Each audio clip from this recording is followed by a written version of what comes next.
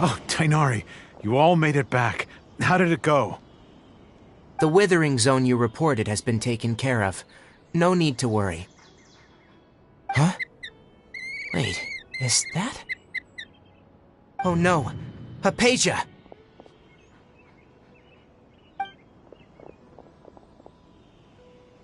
Huh? What's wrong, Tainari? This Duskbird is Hypatia's designated courier for urgent news. You do remember her, don't you? She's the scholar you and Paimon were following when you first arrived in Sumeru. Oh, her? How could we forget? So did something happen? Let me see what's written in the letter first. So what's it say? And what's with that weird expression on your face? Just let Paimon read it. Huh? All Paimon sees are 3 squiggly lines. Yes. Allow me to explain. After we brought you from Hypatia's cave to Gandharvaville, Hypatia resumed her meditation. She must have just finished. It's been nearly 3 days since she's had anything to eat, and it appears she's forgotten to prepare some rations. This letter is her asking us for help. We need to go. What? You mean she's been sitting there for 3 days? Hey, wait, how did you know all that from just a few lines on the paper? Well, obviously because this has happened before. Last time she drew 5 lines, and by the time we found her... Well, I'd prefer not to remember that. Needless to say, Hypatia's been through worse, but we should still get to her as quickly as possible. I've got some emergency rations set aside for times like these. Paimon, Traveler, could you two bring these to her? Wait, you want us to bring her the rations? But will the Traveler be okay if her cave is still filled with that funny incense? Let's find out. Here, Traveler, take a smell and see. So, how do you feel? Huh? Really? You're not feeling even a little drowsy? But wait, how'd you know that he'd be okay this time, Tainari? Back when we were clearing the Withering Zone, I observed that he could adeptly manipulate the Dendro element. I knew then that he would be fine. And if I may ask, when I was telling you two about Irminsul's ley lines, was what I described similar at all to what you saw when you were unconscious? That's correct. Those weren't hallucinations at all, though I don't intend to apologize for deceiving you. Because what you saw is of significant importance. Not just for the nation of Sumeru, but the entire world of Teyvat. My forefathers were shown much favor by Greater Lord Rukkhadevata. We took an oath to protect this nation together with her. Now that that duty has fallen to me, it was a part of my responsibilities to ascertain whether you could be entrusted with the fate of Sumeru. Now, after seeing you in action with my own eyes, you have earned my confidence, and I no longer feel the need to hide any secrets from you. When you passed out, your consciousness had connected directly with Irminsul. What you witnessed were actually real memories contained within Irminsul itself. I could try to tell you more, but it would be better if you went to ask Hypatia instead. Her focus on meditation and use of Spirit Borneal are aimed at establishing a connection with Irminsul, just as you did. That sounds nice and all, but will she really help us? Seriously, she completely ignored us the last time we tried talking to her. That was because when you ran into her, she was in a special phase of her training. During that time, she must avoid communicating with others. Please, wait here for a moment.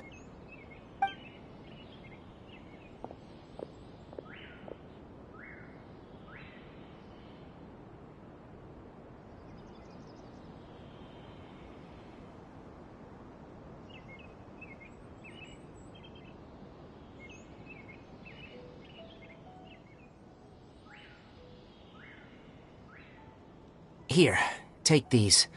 It's a meal I packed for Hypatia, as well as some other ingredients. I'm sure it'll come in handy. Also, here's a letter that I would like you to give to her. Just show it to her, and she'll answer any questions you may have. No, I should be the one thanking you. You've both been a great help these last few days.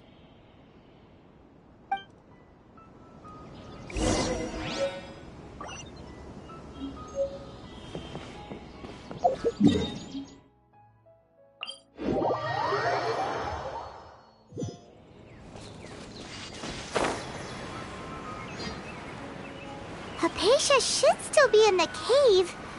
Let's go inside and see how she's doing.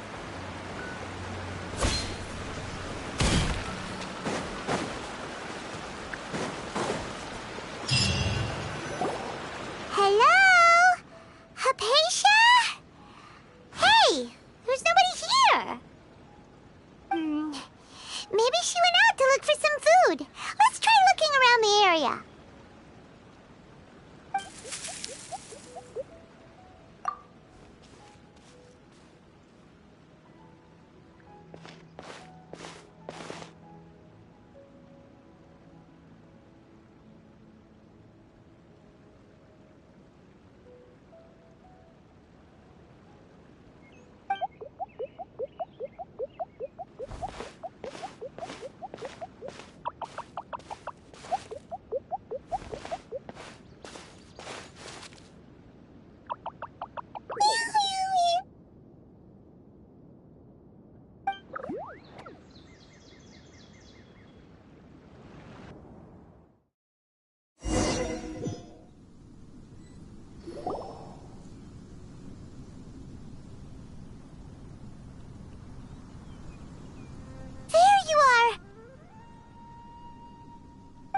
Hypatia, are you alright? So hungry. Need water. There's no way we can get her to eat in her current condition.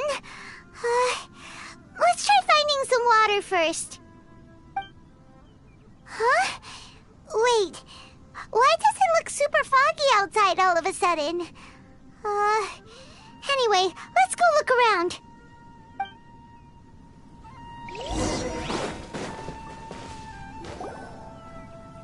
Huh? How'd things out here end up looking like this? What happened? And where are we? Really? Oh, maybe you're right. Let's go investigate the area.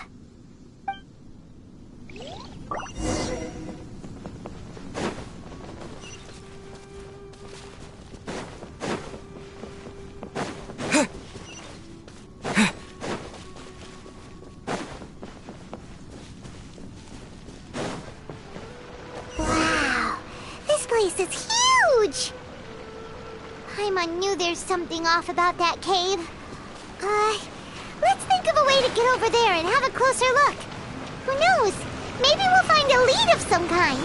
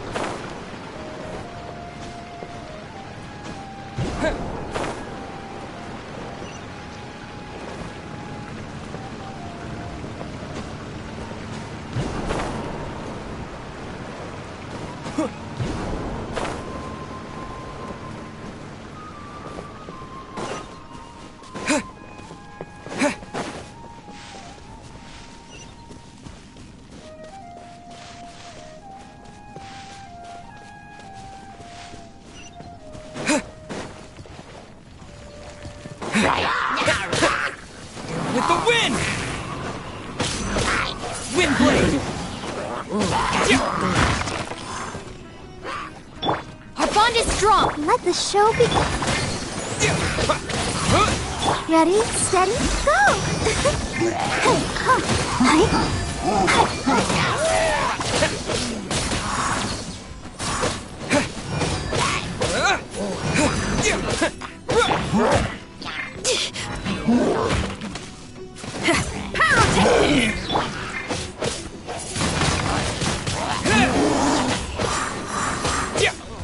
Out of my way!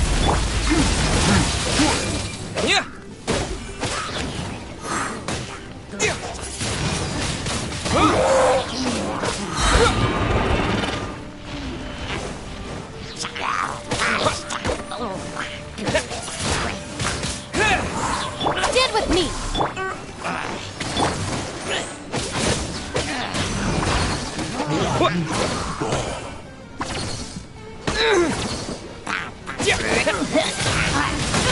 Wind blade!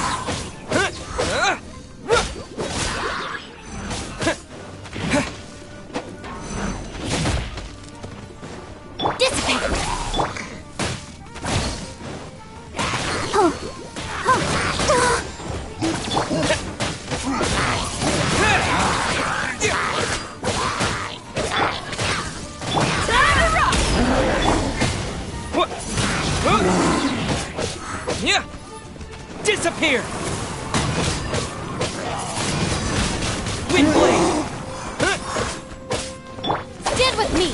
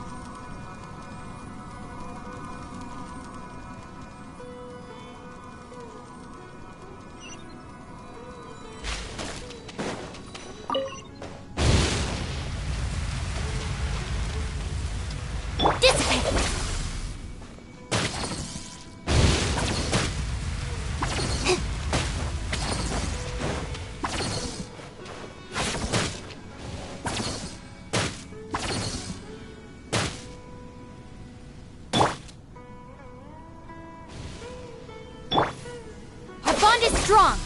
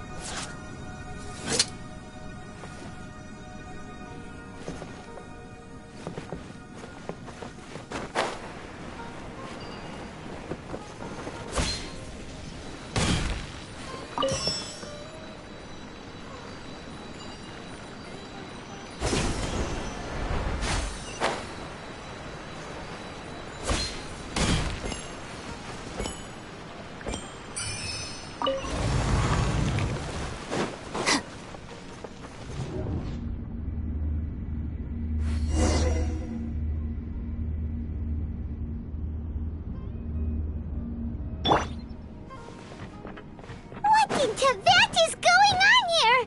This place is getting weirder by the minute. Hey, what's the matter? You don't look so good.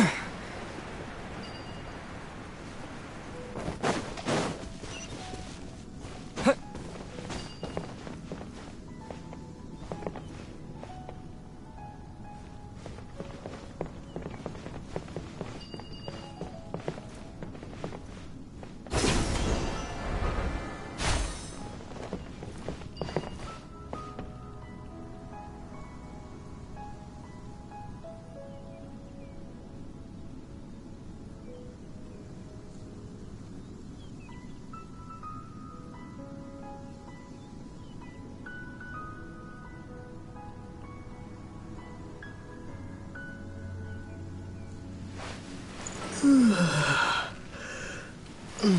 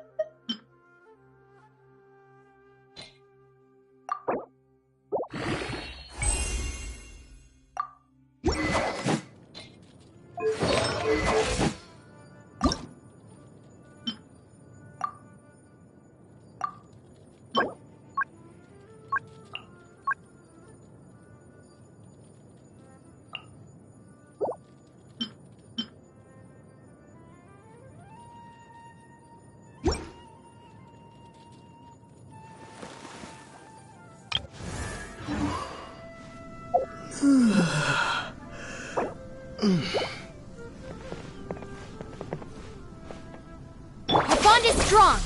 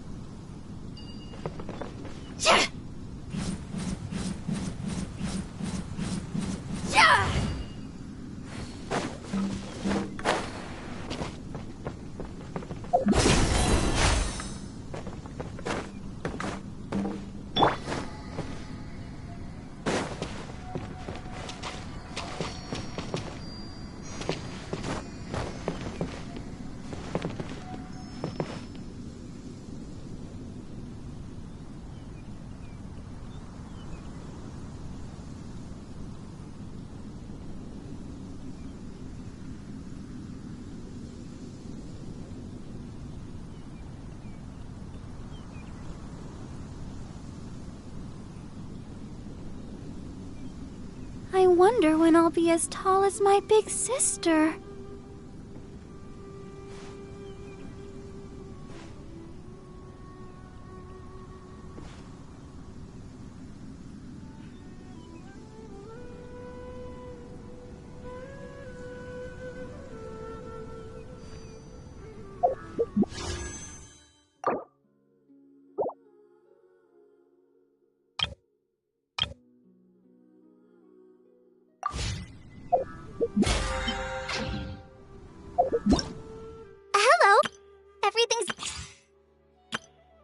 is ready. Hello, night.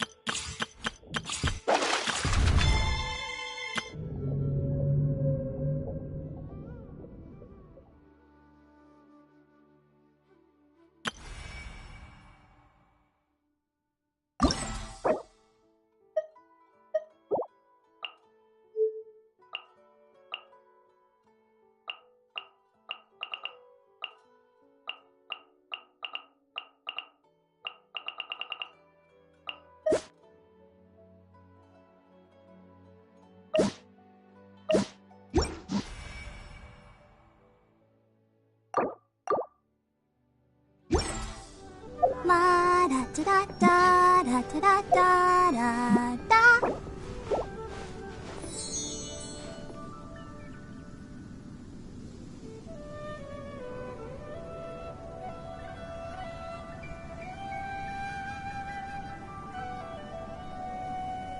Everyone is working super hard. We should be too.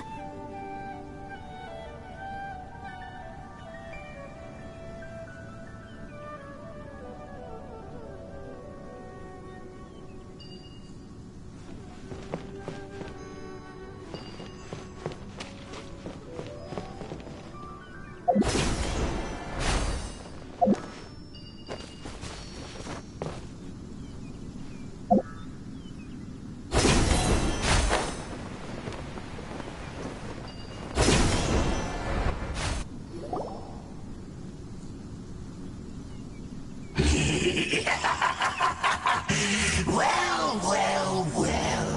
Looks like we meet again, traveler. The Abyss Herald! What are you planning to do in this strange place? Strange place. Plotting. You needn't worry about such things. They don't concern you. Bow before the abyss. Dissipate!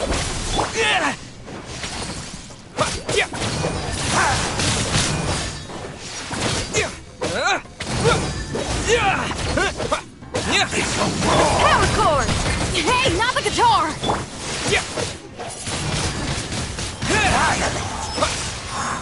Dead with me!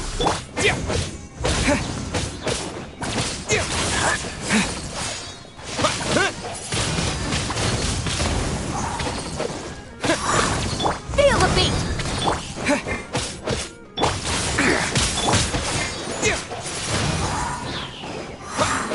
Our bond is strong!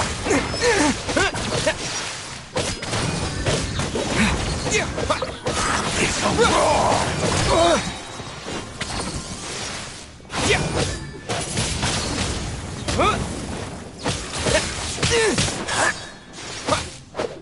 With the wind!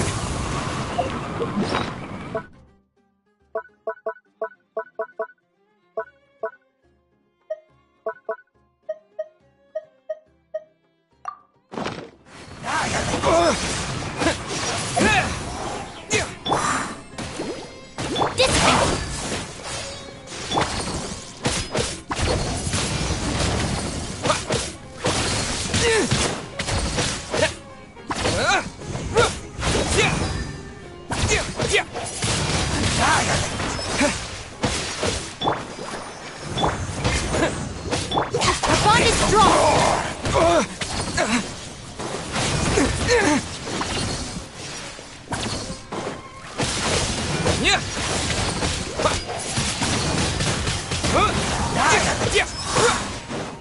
Lightning miracle!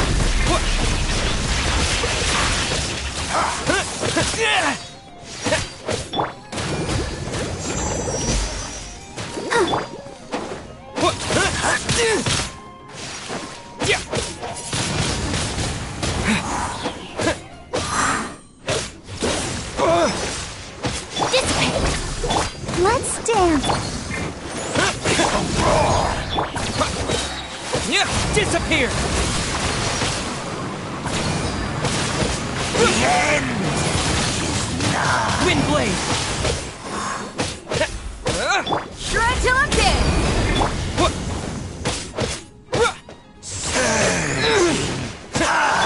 Dead with me!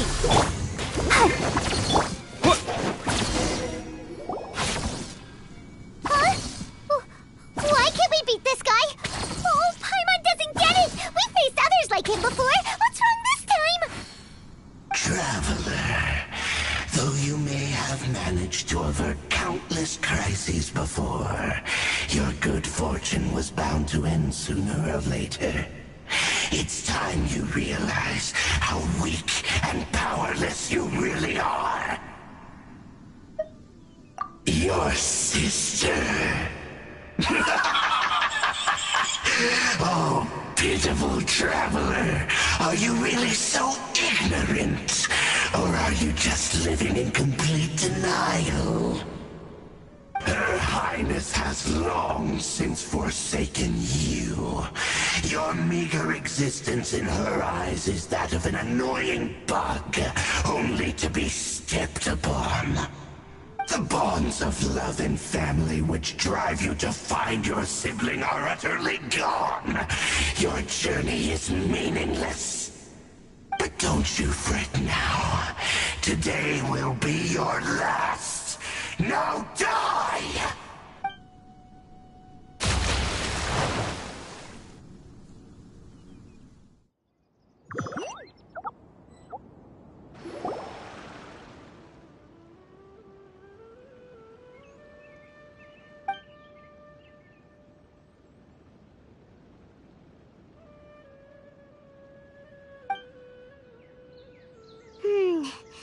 What do we do? We haven't seen Hypatia anywhere out here. Oh, there she is! Quick, let's see how she's doing. Ah, so sweet. Well, the good news is that she's still conscious. Hey, why'd you drop her food on the floor like that?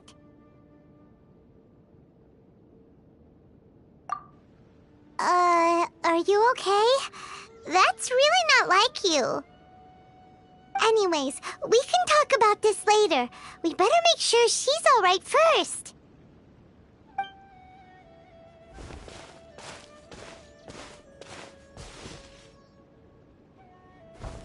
Whoa, wait a sec. Look at all this fruit lying around her. We can put that to good use.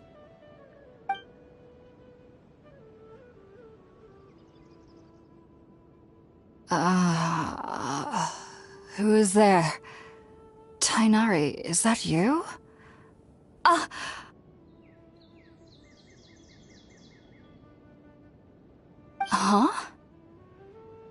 It's okay. You can relax, Hypatia. Tainari sent us here to bring you some food and water.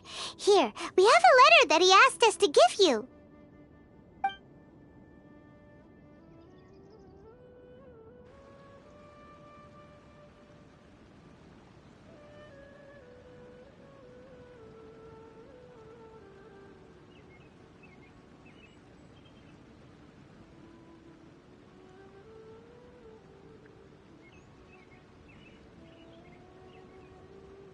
I see. So, you're friends of Tainari. I apologize for all the trouble I've caused you. I'm grateful that you came so quickly to save me. You even brought all this fruit. Well, actually, we didn't bring the fruit. It was already here when we arrived. We were kind of wondering about that, actually. When we found you here, there was all this fruit lying around and even some juice dripping from your lips. How did you end up like this anyway? Oh, really? I seem to understand now. All the fruit was likely from my, neighbor. Must have come by and saw me like this. Your neighbor? You mean there's someone else living nearby? Oh? So you're able to see them too?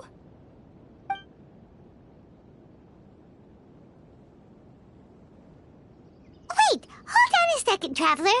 You say that before we arrived, you saw some mysterious creature and suddenly had a strange dream? Isn't that a little too crazy to believe? No, I actually do believe what the Traveler is saying. I myself had a similar experience once before and ended up scaring my timid little neighbor here. You needn't worry. They mean you no harm. They only dragged you into the dream because they hoped to buy themselves a little time in order to scurry away. So, Hypatia, just what kind of creature is your neighbor exactly? I'm not sure what it's called, to be honest. But I do know that they have some sort of deeper connection with the Dendro Archon. I know this because the first time I saw them was also the exact day my consciousness was able to form a connection with Irminsul. Even after I opened my eyes and stopped meditating, my heart was still pounding, and my mind was racing with all the knowledge that I had touched. And at that very moment, I suddenly noticed a small figure at the opening of the cave. In my curiosity, I began to walk over to the creature. They must have already been used to me living in the cave, because they didn't seem to mind me approaching them. They just kept doing whatever they were up to.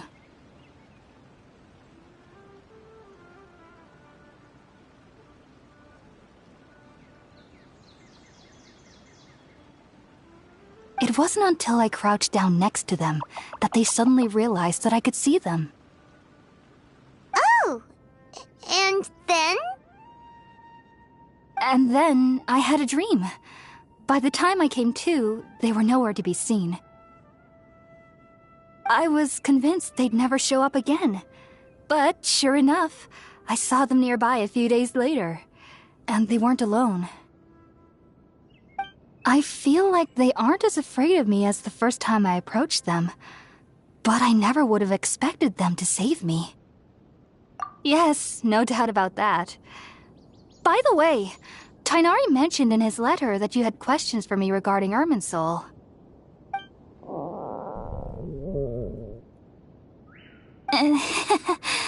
Sorry about that. Sounds like just drinking juice still isn't quite enough for my stomach.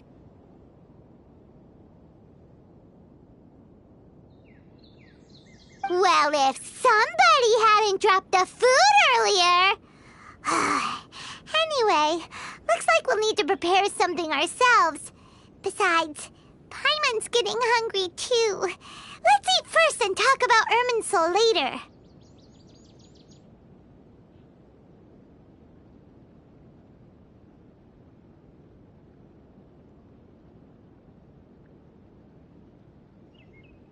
Alright, we're up, Traveler. Today's menu will feature sweet madame and a radish veggie soup. You'll love them, Hypatia. They're our specialties after all.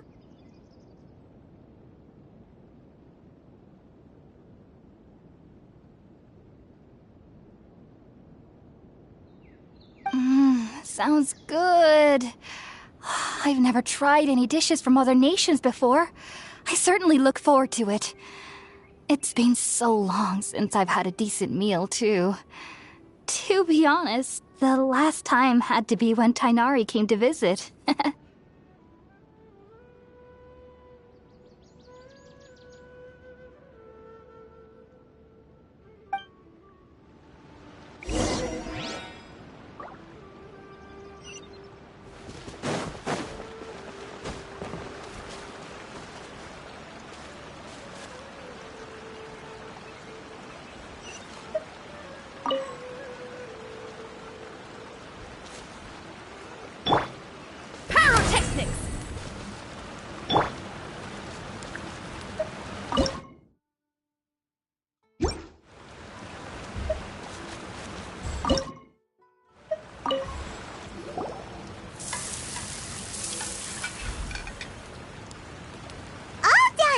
Let's use the empty box that Tighnari gave us since we already watched it.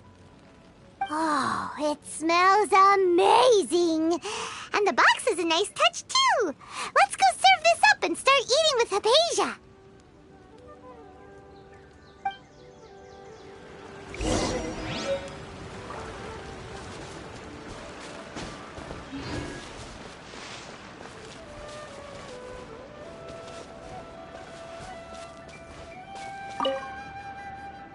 Are you already finished cooking?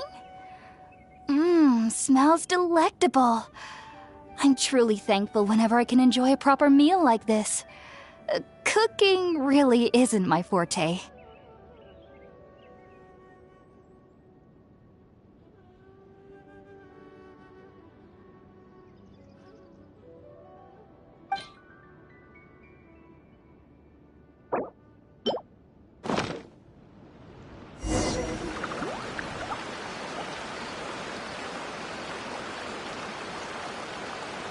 Even though everything you mentioned was in Tighnari's letter, it's still hard to believe you were able to connect with Irminsul immediately after smelling Spiritborn Ale for the first time.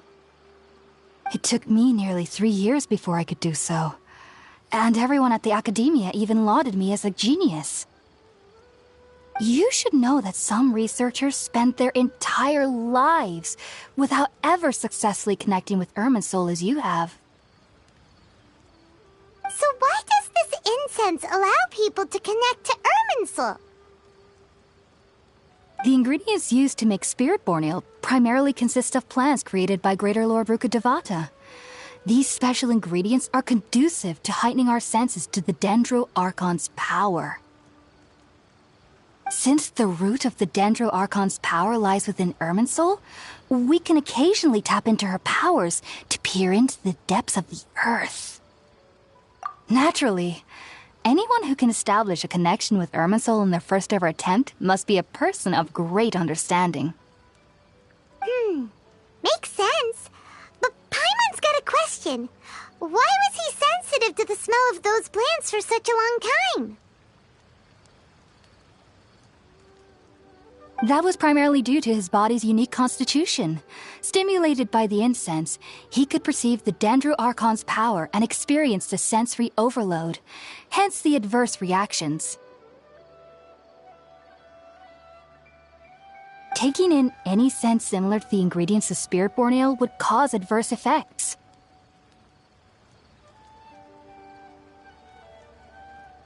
Not to worry, though. It appears you've already fully recovered. Technically, your body should still be sensitive to the powers of the Dendro Archon, but unless you're using intentional meditation techniques, the scent of Spiritborn Ale should no longer trigger such reactions. Whew. Well, that's a relief.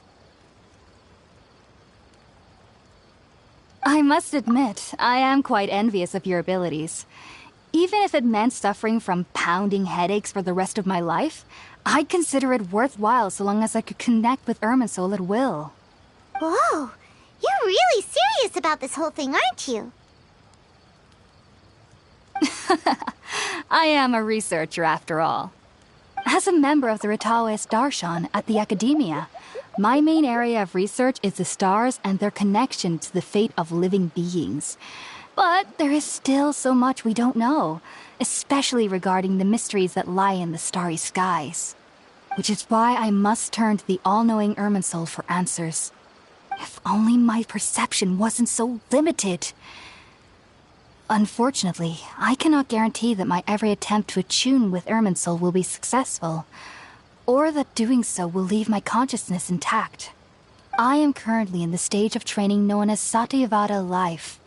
Many researchers in Sumeru have lost their minds while seeking to attune with Irminsul during this stage. Sages have said that Irminsul contains divine knowledge, and touching such knowledge without the proper preparations and abilities will only lead to one's mind caving in on itself. That's why we meditate alone. We need to ensure that our minds will be calm while minimizing the possibility of involving anyone else. Whoa, so knowledge from Irminsul could be super dangerous. Don't you ever feel afraid of the risk, Hypatia? Of course I do. Especially during nights that are pitch black with no moonlight, and dead silent without even the sound of insects. However, I've been feeling better as of late. I don't get as scared anymore knowing that I have a little neighbor living nearby. I believe that being able to see them is a sort of blessing from the Dendro Archon. But what's strangest of all is that they're clearly an envoy of the God of Wisdom herself, and they have the curious power to make people dream.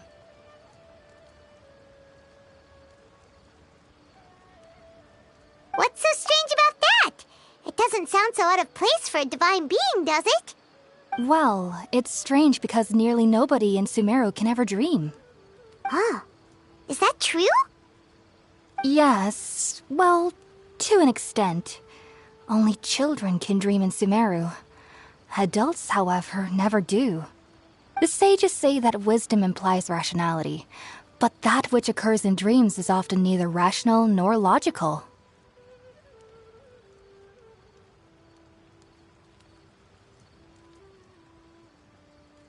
Yes, if one struggles with anxieties, those emotions could influence their dreams.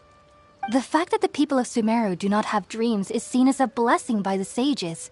They believe that Greater Lord Rukkhadevata, the god of wisdom, is keeping us away from the foolish delusions you encounter in your sleep. I was born into a family of scholars in Sumeru City. Ever since I was a child, my parents would always tell me that I'll know I've grown up once I stop dreaming. I studied hard, enrolled as a student in the academia, and went on to become a researcher. Sure enough, I never dreamed again. But then, on the day I scared the little Aranara, I suddenly saw a dream again. It was incredible. Though I don't exactly remember what I saw, I clearly recall the feeling. I suddenly felt like I was a child again. Back then, I was foolish and ignorant as any youth would be, but I was free of fear. Maybe dreaming isn't as bad as we've made it out to be. Just be sure not to speak of this if you travel to Sumeru City. They'll look at you as if you've lost your mind. So, do you have any thoughts about the things he saw when he connected with Irminsul? Sorry. I'm afraid I don't have any answers as of now. All I can say is that what you saw is a memory contained within Irminsul itself. World Forget Me. What could that possibly mean?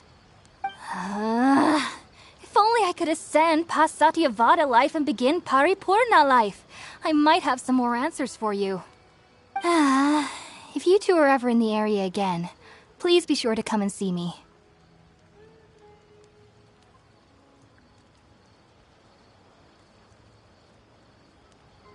There's no need to be thanking me. You two are my saviors. Besides, I'm already looking forward to tasting some more of your cooking. Now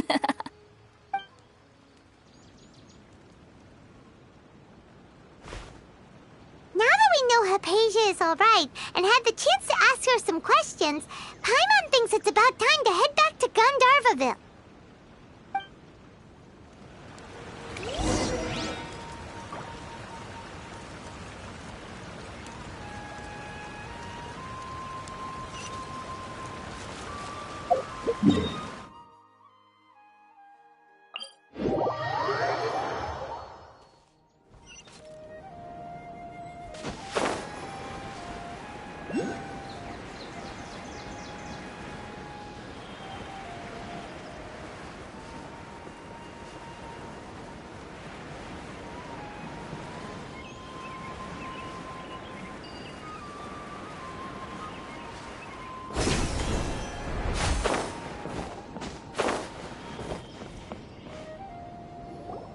Think about it, Tainari. Refusing to join is tantamount to burying your head in the sand. I understand that you're a forest watcher and that it's your duty to combat the effects of withering zones. But isn't it evident that such work is not a lasting solution to the problem? As Sage Kage clearly stated, your presence and guidance in Sumeru City is pivotal in finding a cure for Irminsul. How could you possibly refuse? Keep your emotions in check, Gulam. Let's at least listen to Tainari's reason for declining. We're here to invite him to the Academia, not to cause a scene. Sage Kage, I am truly honored that you came here in person, but I'm afraid I must still decline your invitation. I am merely a forest watcher. How could the great minds of the Haravatat have any need of someone like me? Well, it turns out that your refusal letter had some implications on your master's reputation. He is a renowned sage of the Immorta, after all. So now I've come here in his stead. I see. Well, I figured that given his temper, he would come here and berate me personally. Tainari, your master is an integral part of this effort, and now he requires your assistance. And what exactly does my master need of me, Sage Kage? You'll know, once you've arrived in Sumeru City, that is. And, how long will I be required to stay? There's no definite answer as of now. Do you mean to tell me that despite coming all the way here to Gandharvaville, you still can't answer the questions I laid out in the letter to my master? If that's the case, then I'm afraid I cannot give you a definite answer either. Tighnari, but you... So be it. Come, Gulam, we're leaving.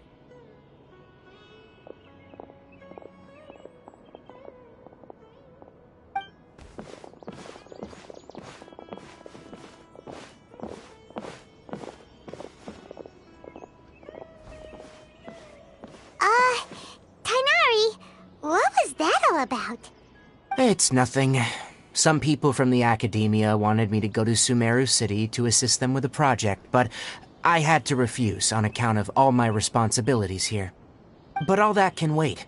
How did things go with Hypatia?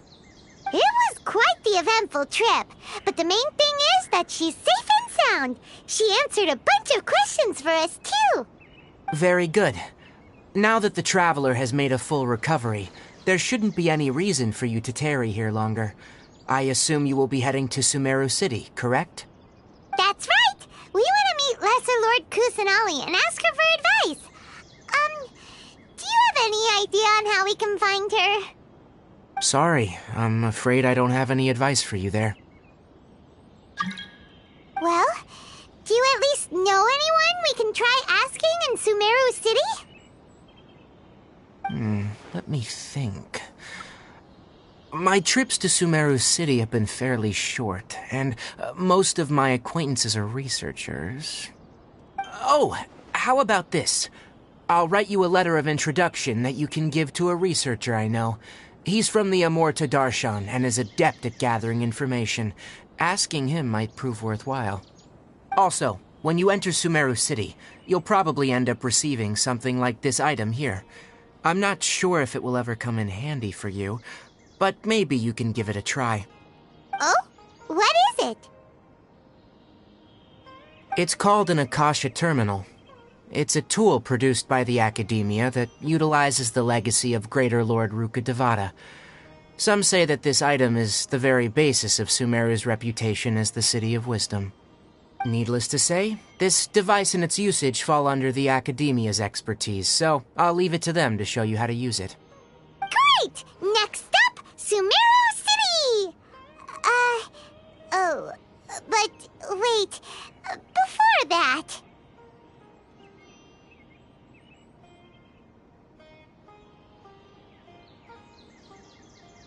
That's right! Tighnari, we have something important to say to Kale before we leave. Is she doing better now? Yes, she's doing much better. After being confined to her bed all this time, I thought a little walk would do her some good. Last I saw her, she was taking the path towards the North Crossing. She knew you two would be leaving soon, so she must have wanted to see you off. Thanks, Tighnari. All right, let's go! Farewell, and good luck to you both.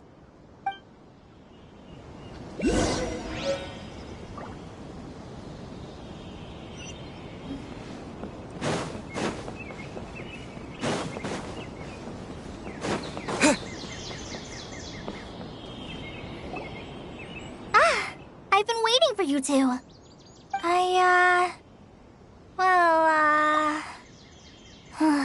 Never mind. I guess I should just wish you two a safe and successful journey. Thanks for waiting here just to see us off, Kale. We're headed to Sumeru City.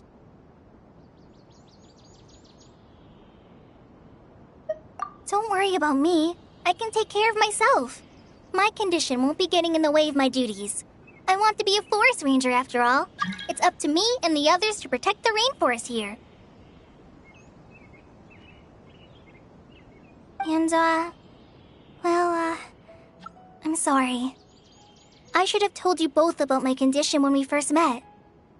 I just wanted you two to treat me as a normal friend, not some girl that needs your sympathy. But I guess now I understand that the most important thing is for friends to be genuine with one another.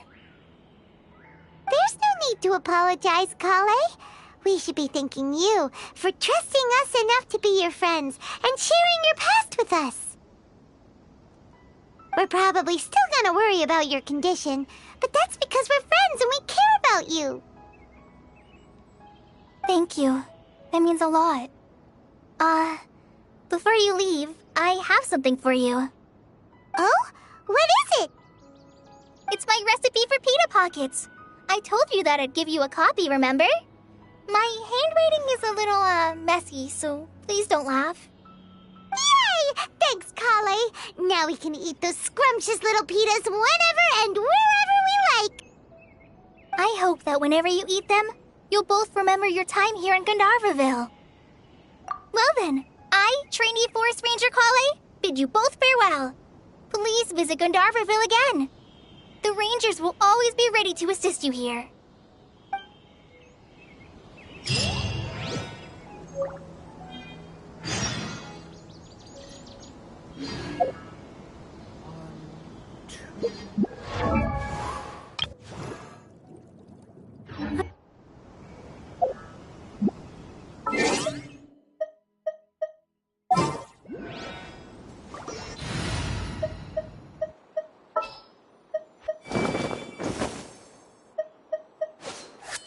I hear you've got a job for me.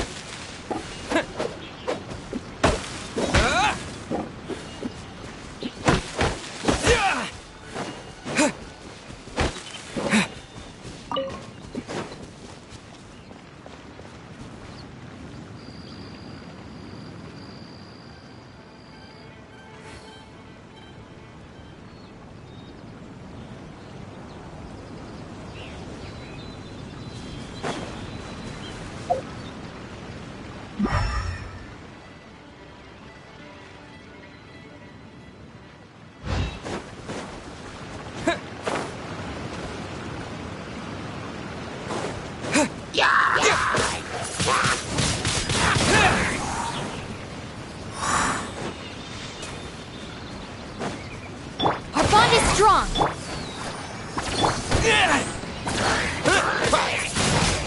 Windblade!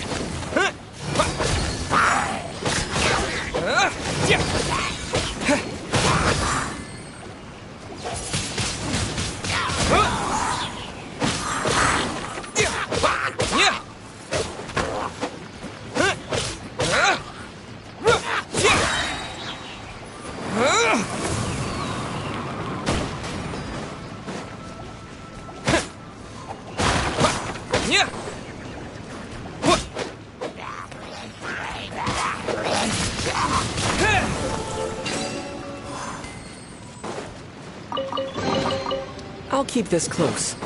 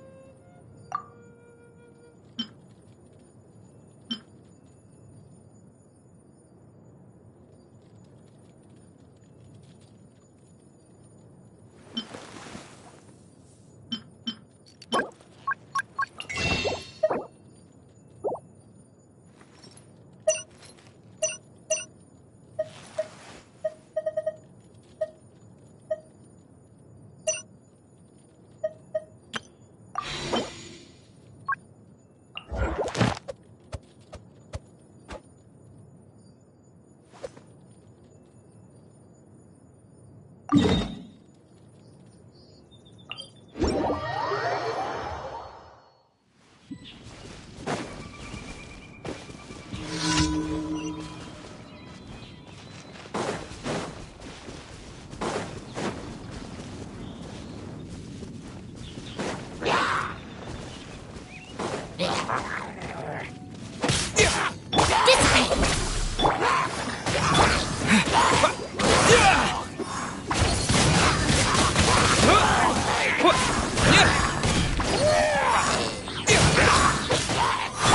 can't run!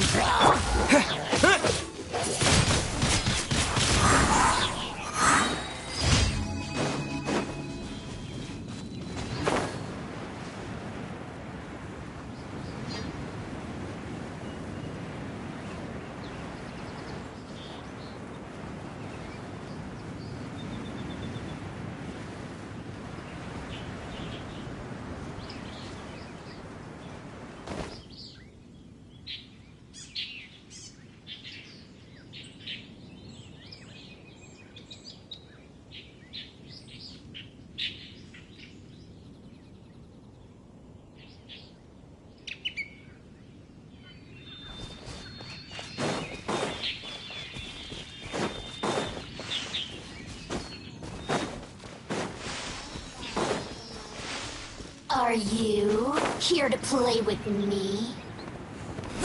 The more, the merrier. Let the show begin. Windblade! Let me amuse myself a little.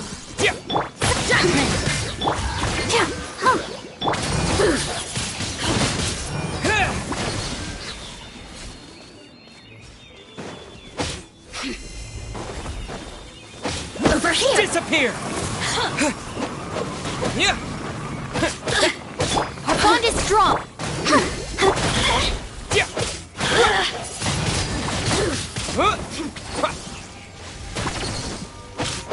Out of my way! Blink! La la la la. The more, the merrier. Shiver!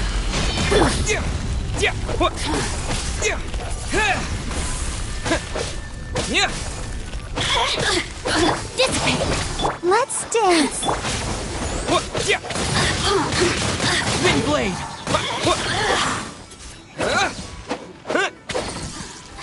Let me amuse myself a little.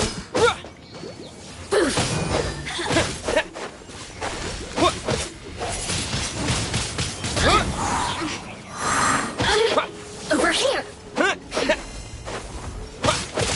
Blink. Over here. Windblade! Resistance shine no longer.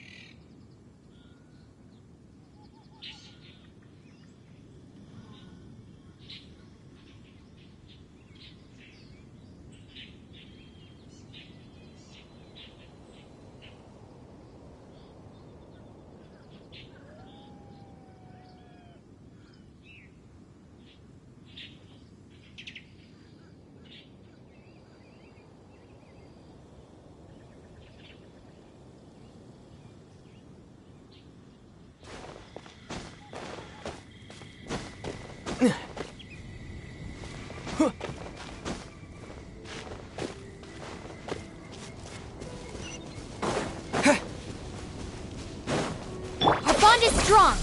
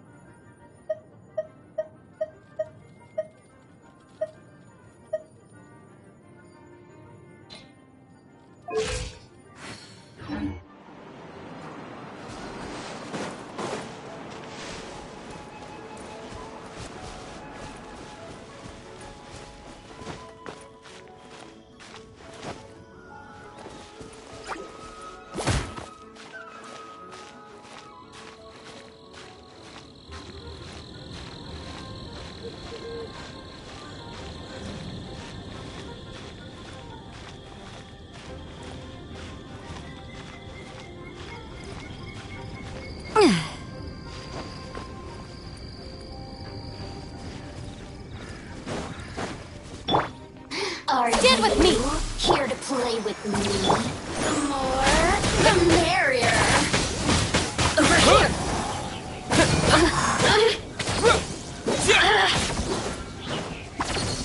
Over here!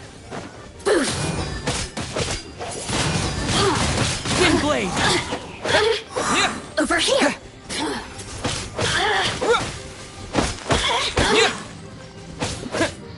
Our bond is strong! Blink! I'll settle this! You really know how to get me going! I'll protect us!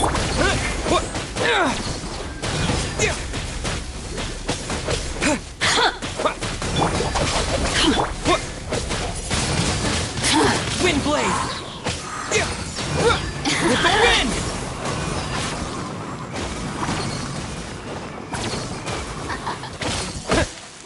Blink! The merrier! Light out. Come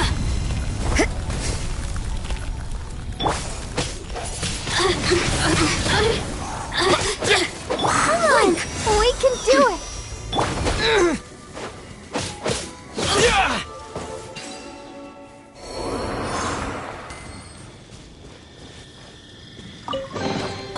I'll keep this close.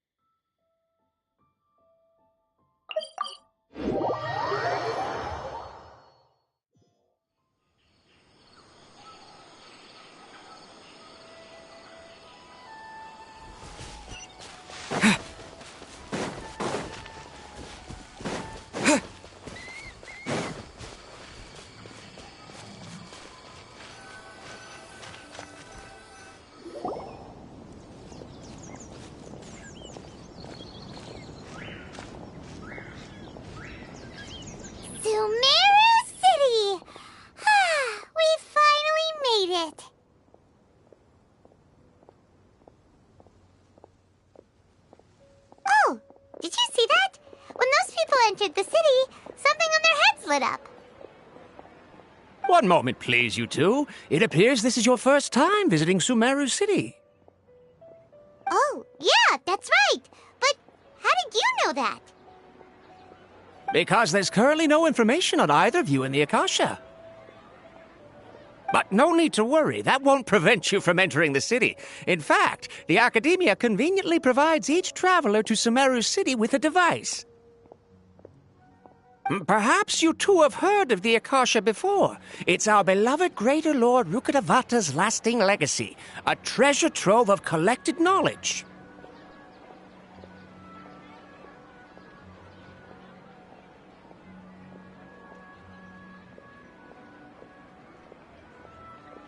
After centuries of tireless research on the Akasha, the Academia created one of its most ingenious inventions, the Akasha Terminal.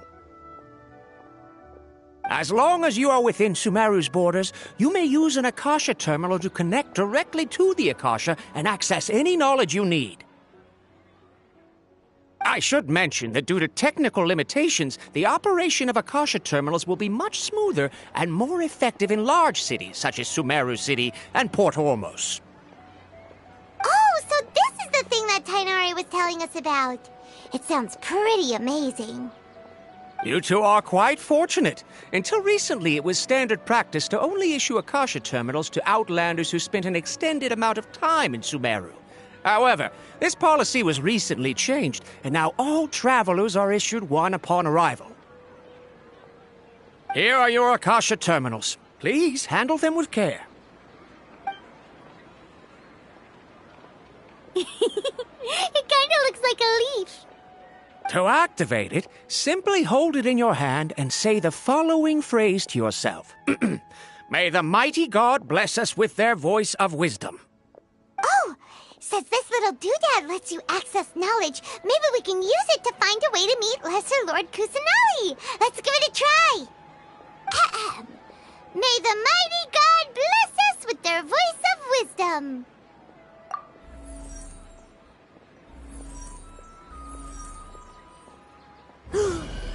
Whoa! Just now, something clicked, and Paimon suddenly knew how to use this thing. It seems all we need to do is concentrate on what we want to know, and bam! You get it. Oh, that'll come in real handy. Exactly. That is the power of the Akasha.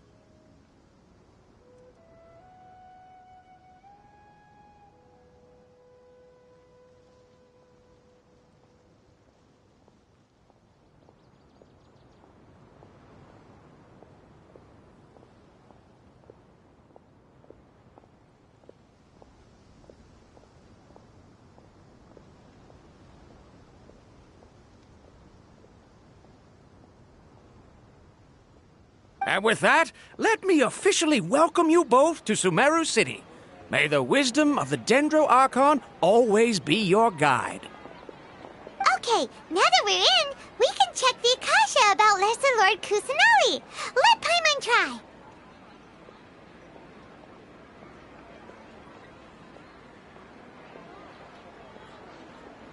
Hmm. 500 years ago, the sages found a newly born deity from within some scorched ruins. The deity now resides in the sanctuary of Suristana. Seems pretty similar to what Kali was telling us. Okay, next, let's concentrate on asking how to meet her.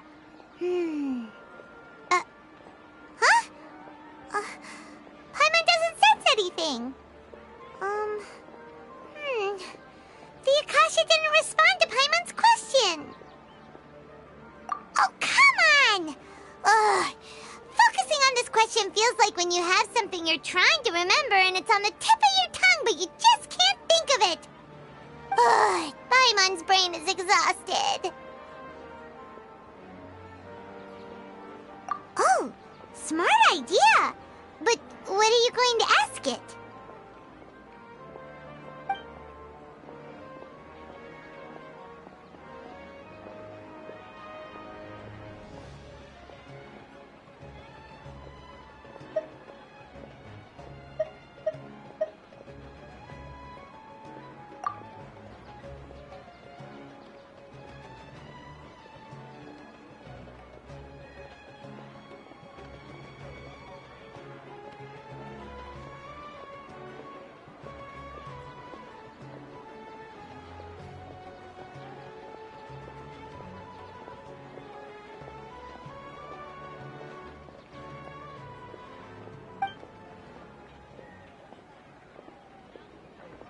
Uh-oh. Paimon's getting all teary-eyed all of a sudden. It feels like the people of Sumeru really missed their Archon.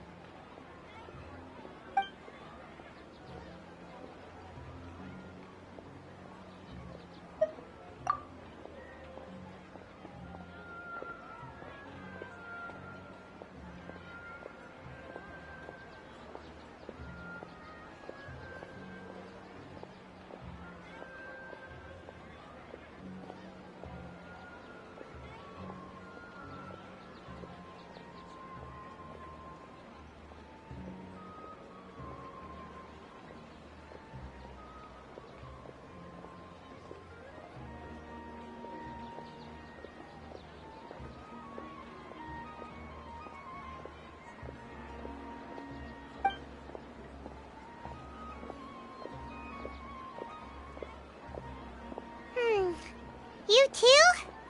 Well, glad it's not just Paimon.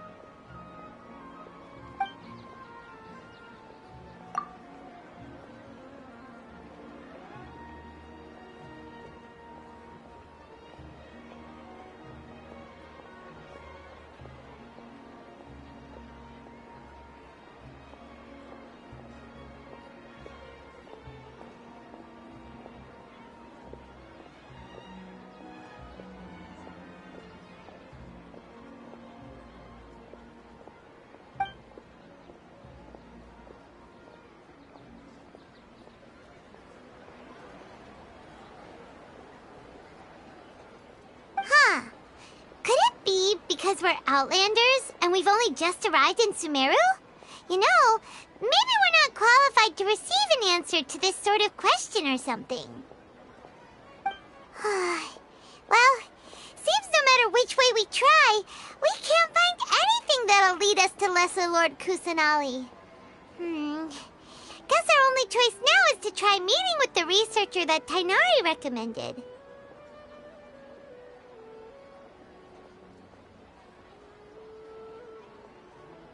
He's from Sumeru, and even has a position in the academia.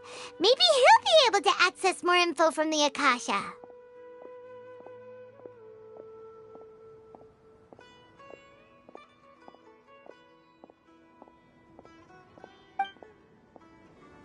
Let's see. Tainari wrote an address on the letter's envelope. Oh, it's not far from the city's gate. Let's head over and have a look. Hopefully he's at home. Hello, are you Rohawi? Yes, that's me. Can I help you? Great! You see, Tainari sent us here and... What? Tainari? Please, there's no need to say anything, really. Sure, I admit that the article I published last month wasn't my best work, and maybe the data didn't produce the most convincing results, but... Here! This is a letter from Tainari! Oh, let me see... Oh! Ooh, what a relief. You two nearly scared the life out of me. So you two just have some questions for me? Seems even Tainari acknowledges my innate ability for procuring information. So, what is it you two would like to know? We want to meet with Lesser Lord Kusanali. Do you know a way we can do that? You mean you want to meet the Dendro Archon herself? This isn't exactly my area of expertise, but let me see what I can find in the Akasha.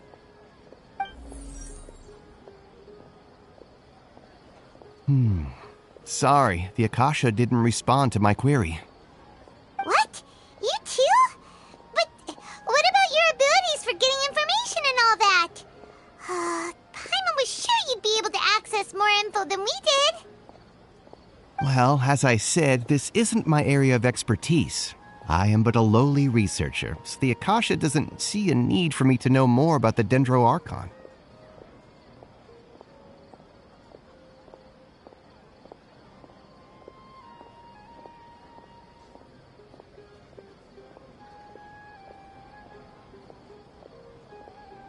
All I know is that ever since Lesser Lord Kusanali returned to Sumeru, she's never left the Sanctuary of Surasthana or made a public appearance. Huh. Didn't expect her to be such a mysterious figure. The Dendro Archon is somewhat of a recluse. Perhaps she just doesn't want to entertain visitors, which would explain the lack of information in the Akasha. Aw, but then what can we do? No need to worry just yet. I'm only hypothesizing here. You could certainly try asking around and see if anyone else has ideas. And besides, you two should consider the bright side of things. Not being able to see Lesser Lord Kusanali may not be a bad thing. In this world, there will always be information you cannot obtain from the Akasha and things you can never accomplish. Knowing when to yield is a form of wisdom. Take me, for example. It's a miracle if my brain cells can spit out one paper every 3 years. But Tighnari? That guy can publish 3 papers in just a single year. Okay. Thanks for your advice. Don't mention it. If you two ever want information about things like who's been promoted within the academia or relations between the 6 great sages, come find me. Hey, come on! This is a survival skill at the academia. Oh, Paimon's expectations were pretty low, but this is so low it's like digging holes in the dirt. So what do we do now? Even if we want to talk to someone, we don't know anybody here. Huh? Like who? Oh, you're right! Catherine! The Adventurers Guild has its own intel network. Let's hurry and find her.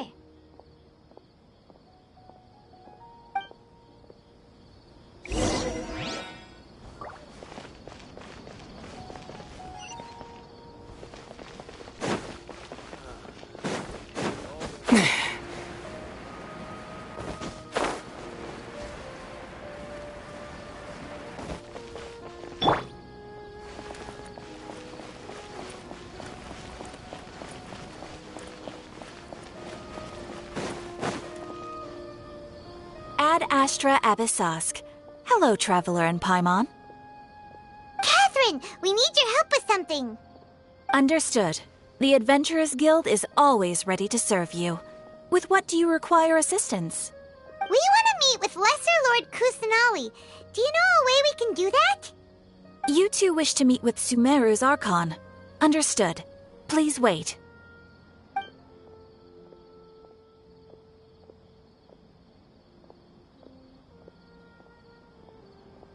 I apologize, but I am unable to call up any relevant information in the Akasha.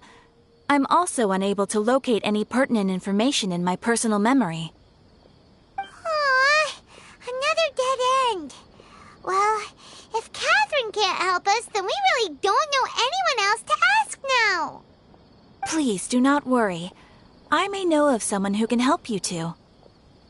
In Sumeru, the Adventurers Guild does not serve as the vanguard of information.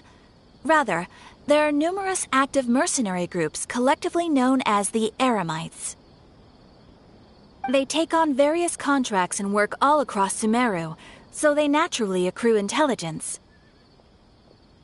An Eremite brigade called the Corps of 30 is in charge of Sumeru City's defenses. Not only are they the oldest brigade, but they are responsible for managing and coordinating the affairs of all other mercenary brigades. Corps of 30? What a weird name. Supposedly, they are named as such because their ranks numbered 30 at their inception. Asfand, an advisor with the Corps of 30, maintains good relations with the Adventurers Guild. Though he's already retired, he and his words carry great weight within mercenary circles. If you'd like to get in contact with him, you can find him at the Corps of 30's headquarters, the Citadel of Rexar. You're welcome. I wish you two the best of luck. We look forward to your exploits in Sumeru. Alright, off to the Citadel of Rexar we go!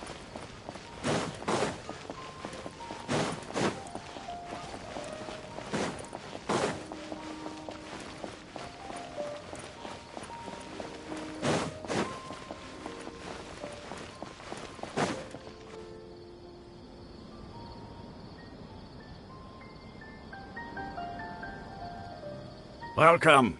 The Adventurers Guild told me to expect you two. It's nice to meet you, Asfand. We'd like to ask you about something.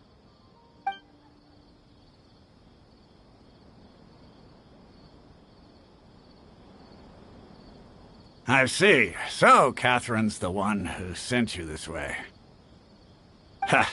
It's true that the Eremites' network is vast, but even I can't help you meet the Dendro Archon. Wait, seriously? That's it? Afraid so. The Eremites aren't terribly religious, so we don't know much about divinities. As far as the Akasha goes, we can access even less than you. We originally came from the desert. The gods there died off long ago. Since those days, we've used our own two hands to carve out a living. We don't beg gods for their aid. It isn't just us, though. If you ask me, I think most in Sumeru aren't interested in Lesser Lord Kusanali. Oh? Why's that? Just take the Academia, for example. They're the ones who truly rule Sumeru. Although they believe in gods, most of them only care for the late Greater Lord Rugadavada. In their eyes, she was the one who founded Sumeru and gifted us with the Akasha. Lesser Lord Kusanali just happened to inherit her legacy. Because of the Academia's influence, most citizens are more familiar with Greater Lord Rugadavada and hold her in greater esteem.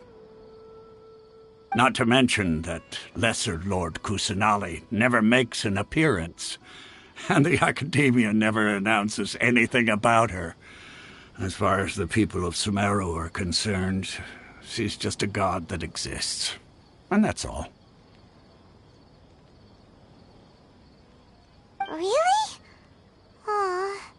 After hearing all of that, Paimon sort of feels bad for Lesser Lord Kusanali.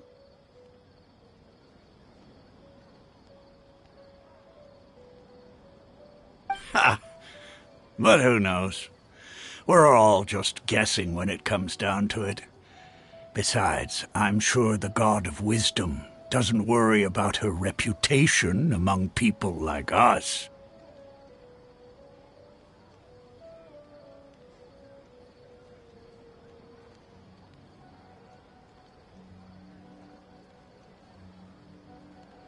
All right. Well, thanks for the info, Asfand.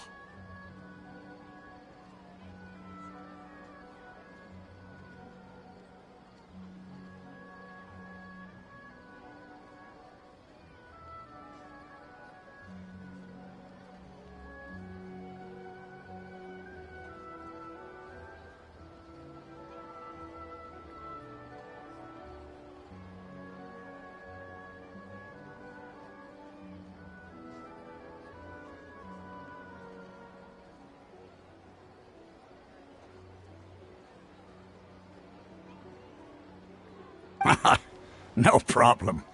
Always happy to help out the Adventurers Guild.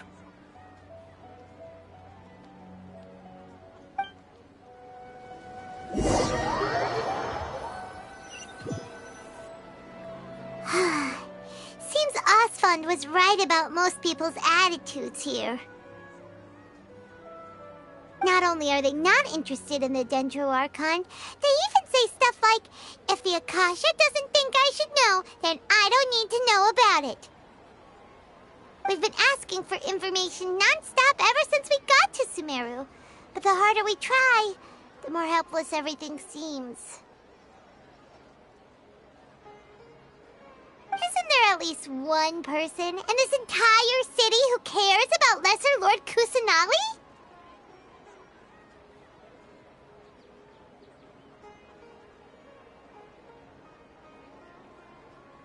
Oh, you two are interested in Lesser Lord Kusanali? Huh? Who are you? From the sound of it, you two are Outlanders who recently arrived here. You've been asking around for information on Lesser Lord Kusanali, right?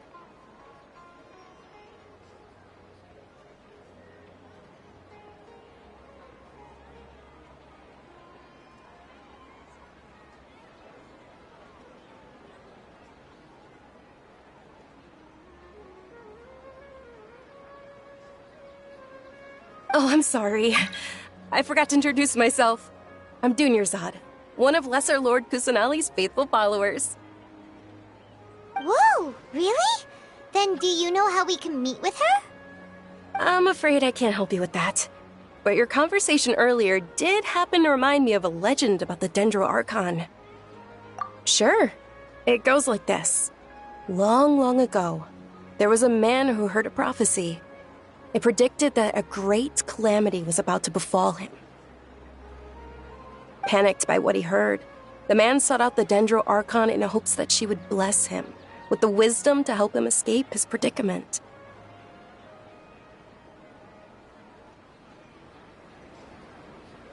The man journeyed across deserts and through rainforests and experienced tribulations of every kind. However, he still couldn't find any trace of the Dendro Archon. In despair, he thought, alas, the Archon has abandoned me. He then had no choice but to sorrowfully resign to his fate. Okay, and then what happened? And then, the calamity came. But to his own surprise, the man felt somehow emboldened by the trials of his journey. By relying on his own strength, he managed to overcome the adversity. At that moment, a bird perched upon his shoulder. This bird was, in fact, an avatar of the Dendro Archon. She said,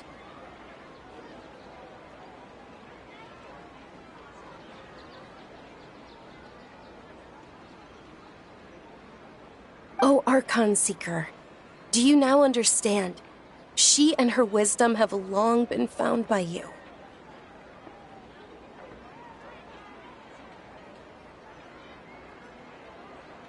Along your journey, we were in every flower and blade of grass, every ray of sparkling sun, and every breath of dancing wind.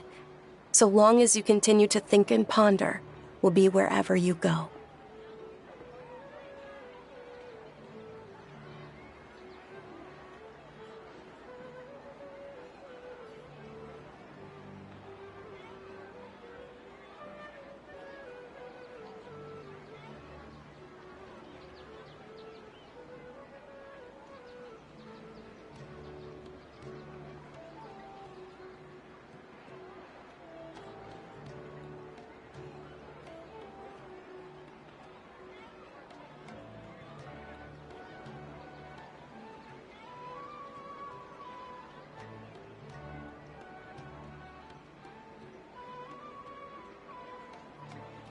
Yeah, thanks for the story!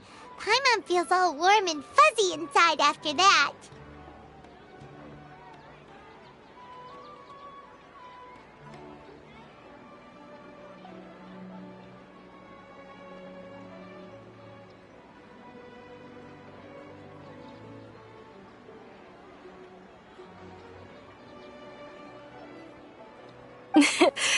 In a way. It seems like this story is also one of the Dendro Archon's avatars.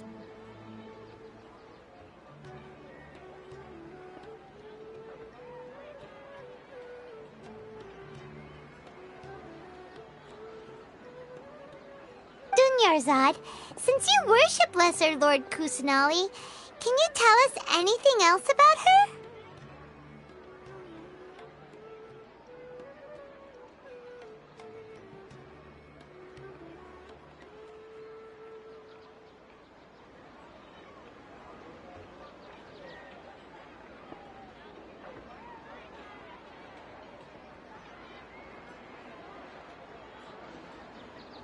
Of course.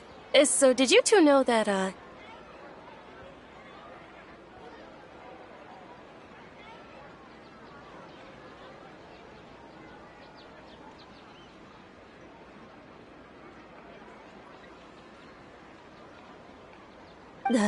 I'm terribly sorry, but it seems something's come up now. Let's chat another day.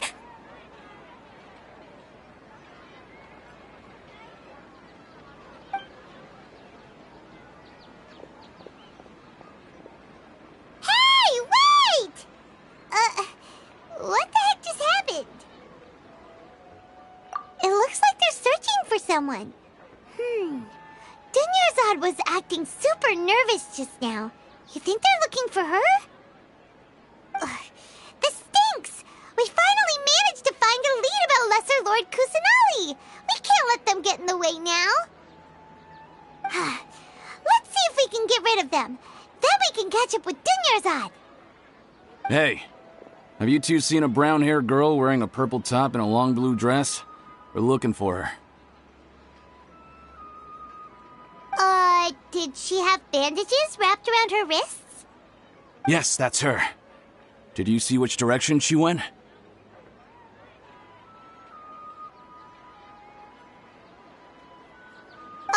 Yeah, she went that way. Quick, after her!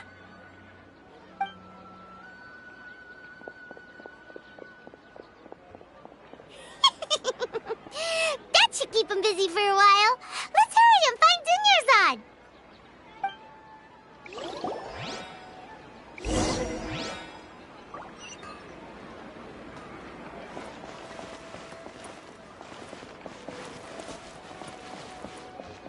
Huh?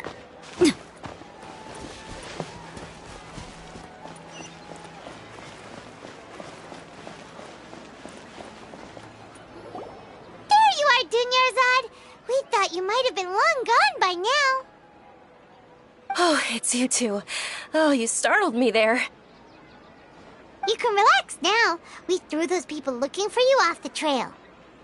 Really? Thank you so much. Unfortunately, I believe there's still more of them out there looking for me.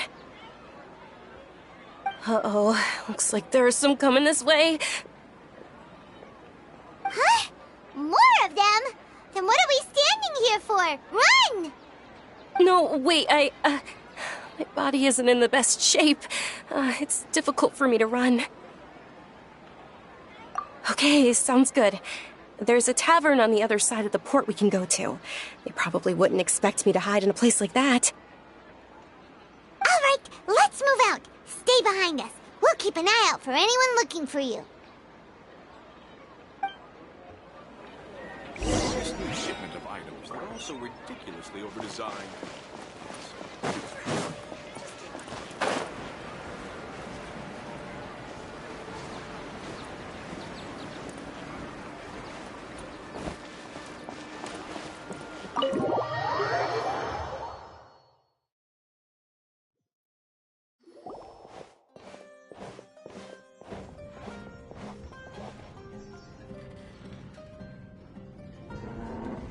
We made it.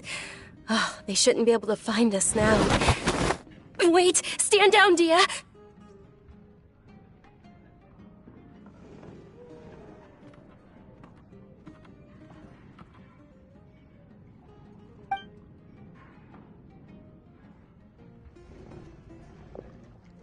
My lady, who are these two? They're travelers that I met on the street just a moment ago. They happened to notice that you were all searching for me, so they helped me hide. I see. In that case, you two should scram. There's nothing here for you. Wait a sec! Who the heck are you? And why are you shooing us away? I'm Miss Dunyarzad's bodyguard, here to see that she returns home safe and sound. My lady, let's get going. You've been gone for so long that your parents are worrying themselves sick.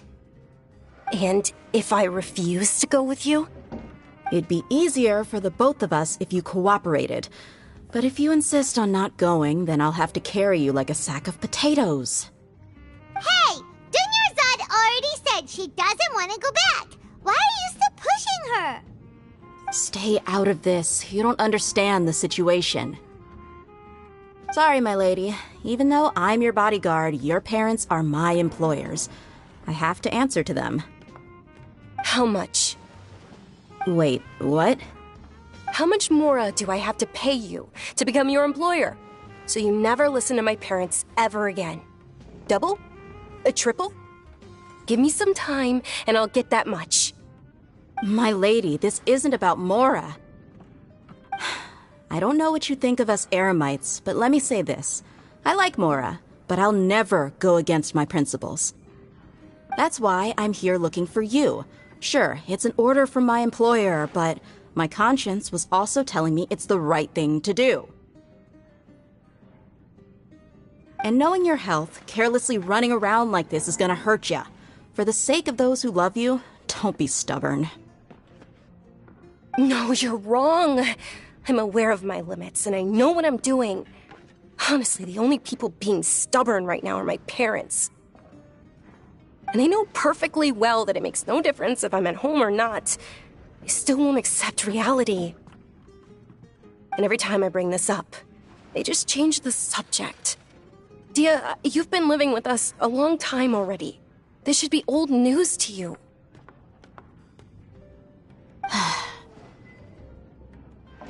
Dia, I know it hasn't been easy for Mother and Father, and I'm grateful for everything they've done for me. But there's someone else in this world I'm also grateful to. Because she saved me. The love I have for her is the same I have for my parents. This is my life and my last chance. So I want to do something meaningful.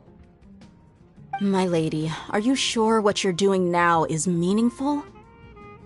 Yes, I'm sure. At least, it is to me. Fine, I won't ask you to return home anymore. But let me make something very clear. I'm only doing this because I respect your determination, not because I agree with you.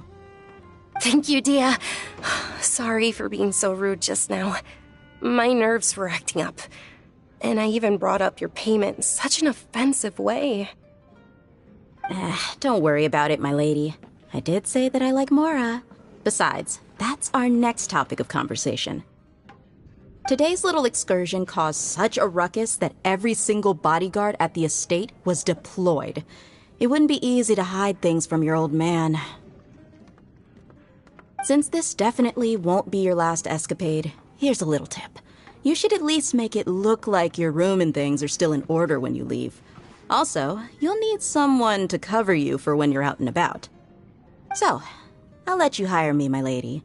This way, everyone wins. As for the pay, let's say half of what your father pays me. We can settle the bill when we return to the estate. Okay, deal. Yay! Looks like they've reached an understanding.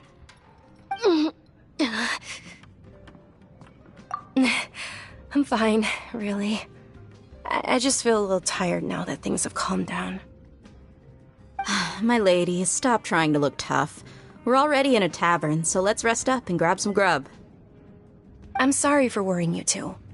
If you don't mind, I'd like for you to join us. Sure! After you rest up, we want to hear more about Lesser Lord Kusanali.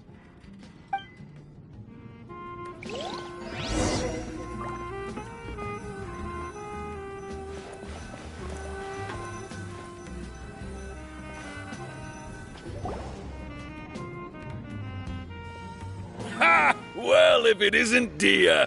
Haven't seen you in nearly half a year. Word on the street is that you're a bodyguard for the Homayani family now. Ha! Don't you find that kind of work boring? Nah, you get used to it. How about a menu over here? You got it. Huh? Isn't this little Miss Homayani herself? We don't get to serve personages like you very often. We'll be sure to prepare our very best. Thank you, sir, but there's no need. I don't have a lot of Mora on me, and I really ought to save as much as I can. But please bring these two the best food you have. They're my new friends, so I want to be a good host for them.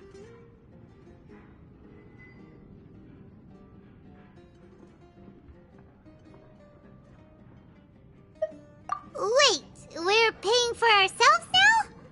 Aw, Paimon kinda wanted to try something fancy, but we aren't exactly loaded. Guess Paimon will settle for something ordinary. How about our charcoal-baked agelenach cakes? They're our signature snack, and they run cheap. Look, other customers over there are eating some now. They look kind of burnt and dry. Paimon will pass.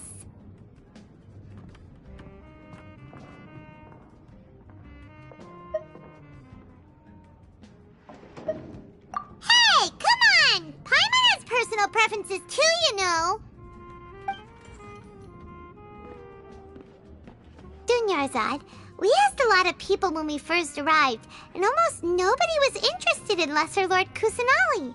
So, what made you want to follow her?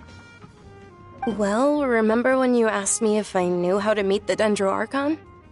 Even though I don't know how, I think I've actually seen her before. Huh? Really? Yes, it was when I was a child. At the time, my illness had kept me bedridden for the better part of a year. I was stuck inside and couldn't make any friends, and my parents did their best to find treatments for me. But even then, the Akasha didn't have any helpful information. My younger self no longer had any hopes or dreams. One flare-up was so bad that I was in a semi-conscious state for several days. Then one night, I woke up alone in my room. I was terrified. My body was paralyzed. Even if I cried, there was no sound. At that moment, an ethereal voice spoke in my mind. Dunyarzad, don't be scared. You don't have to cry.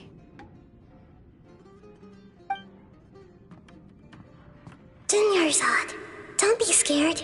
You don't have to cry. Who are you? How do you know my name? How do I explain this? You might not be able to understand, but actually, I know everything about you. Really? Of course. I know that you're scared of thunder, that you hate taking medicine every morning, and that you love counting the petals on your mom's skirt. Wow, you really do know everything. Dunyarzad, is there anything you want? Want? Not really. I can't go anywhere or do anything. Huh? But aren't you a child? All children have wishes. Tell me what you want, and maybe I can make it happen. But can you make my illness go away? Oh. I'm sorry. But I'm not powerful enough to do that right now. Then, can you be my friend? After that, the voice said, "Okay, I'll be your friend." Although my body was suffering during those days, that voice encouraged me and told me many wondrous things. Beyond my window was the flourishing Sumeru city. Beyond the city was a lush rainforest. And beyond that was the wall of Samiel, deserts, and all of Tevat. Once I finally made it through that bout of illness, I couldn't hear that voice anymore. I told my mother about it, but she said that I must have been dreaming. But I know that that voice wasn't a figment of my imagination. Before that, I had never heard of Tevat. Yes, for sure. If it weren't for that voice, I would have never grown curious about the outside world, nor would I have learned how to read and enjoy so many books. That voice sparked a desire for wisdom. It had to have been the Dendro Archon.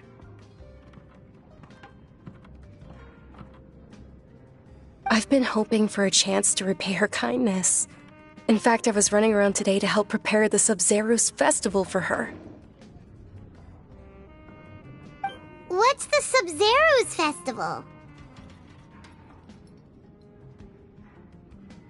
It's Lesser Lord Kusanali's birthday, which was the day that she was found by the sages. It's actually an old holiday that originally celebrated Greater Lord Rukkhadevata's birthday. When she passed away, the holiday eventually became a celebration of the Lesser Lord's birthday. I heard everyone was overjoyed when they welcomed her back to Sumeru. In those days, the festival was a huge deal. But because of the Academia's influence, people have gradually lost interest in the festival. The Academia actively participates in Sumeru's many holidays dedicated to Greater Lord Rukkhadevata.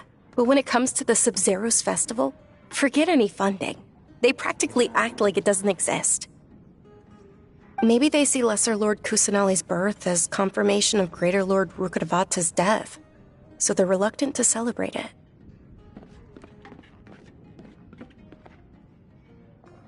Aw, but that's awful. It is. It's absolutely terrible. Sure, the Greater Lord founded Sumeru, but hasn't Lesser Lord Kusanali been the one quietly protecting us for the past few hundred years?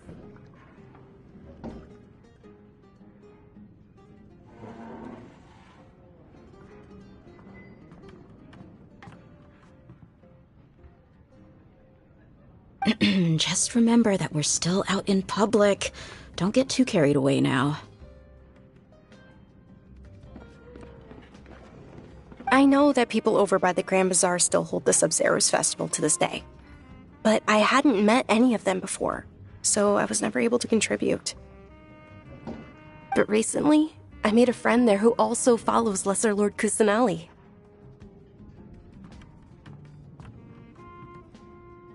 I gave her my savings because I want her to throw a wonderful festival this year.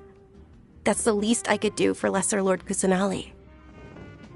Hold on, my lady. Does this friend happen to be Nilu, the one who sends flowers to the estate? Yes, that's her.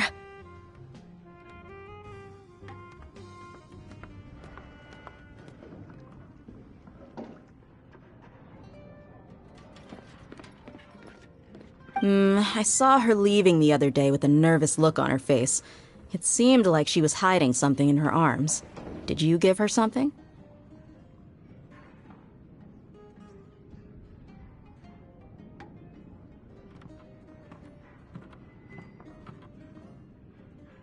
Yes. Initially, I didn't have much more prepared, so I had Nilu sell one of my skirts.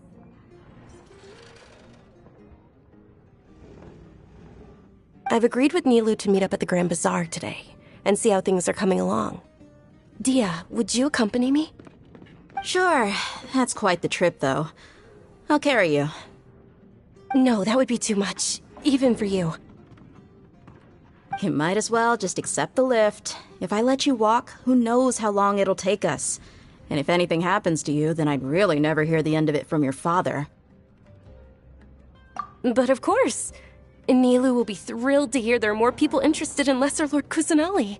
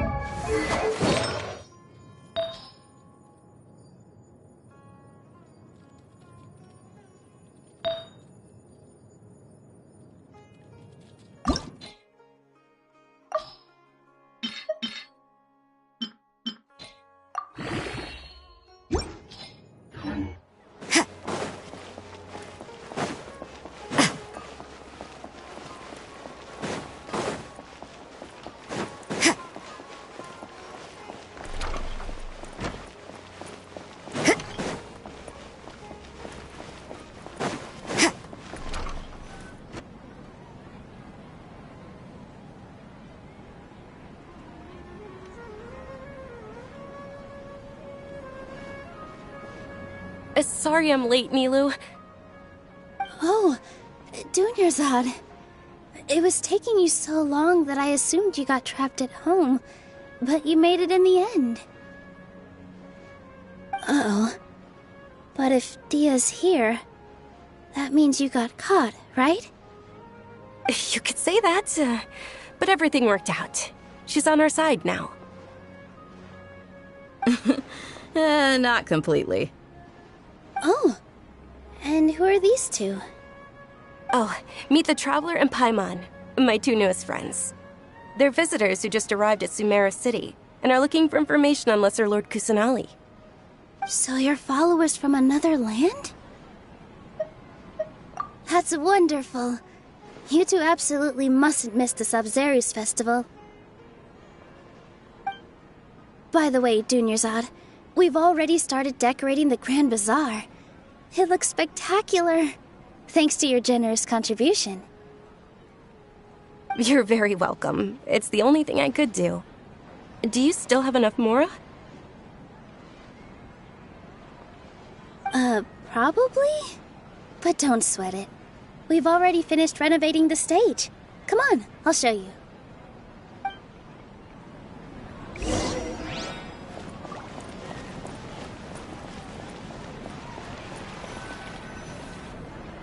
Wow! This place is amazing! Not bad. Last time I was here, the stairs were full of holes. The stairs were nothing. A little while ago, we discovered that the tree above the stage had a huge chunk of bark ready to fall off. Mr. Zubair was worried sick.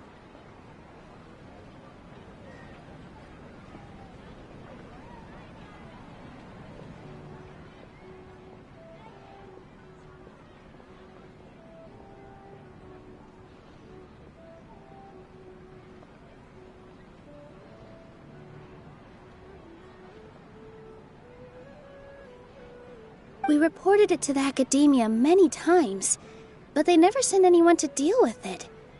We didn't want anything bad happening, so we were going to cancel all the stage performances. Oh, probably because it was the theater asking.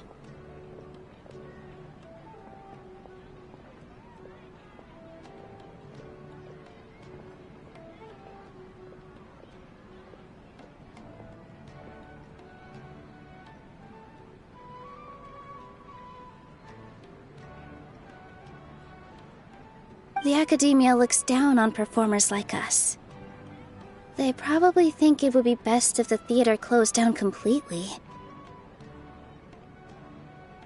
We can't let that happen, though. Not only would everyone involved in the theater go hungry, but then we wouldn't be able to hold the Sub-Zerus festival anymore.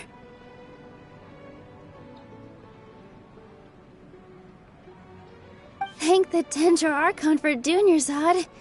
But the more she gave us, we hired someone to patch up the tree, and we also gave the stage a much-needed makeover.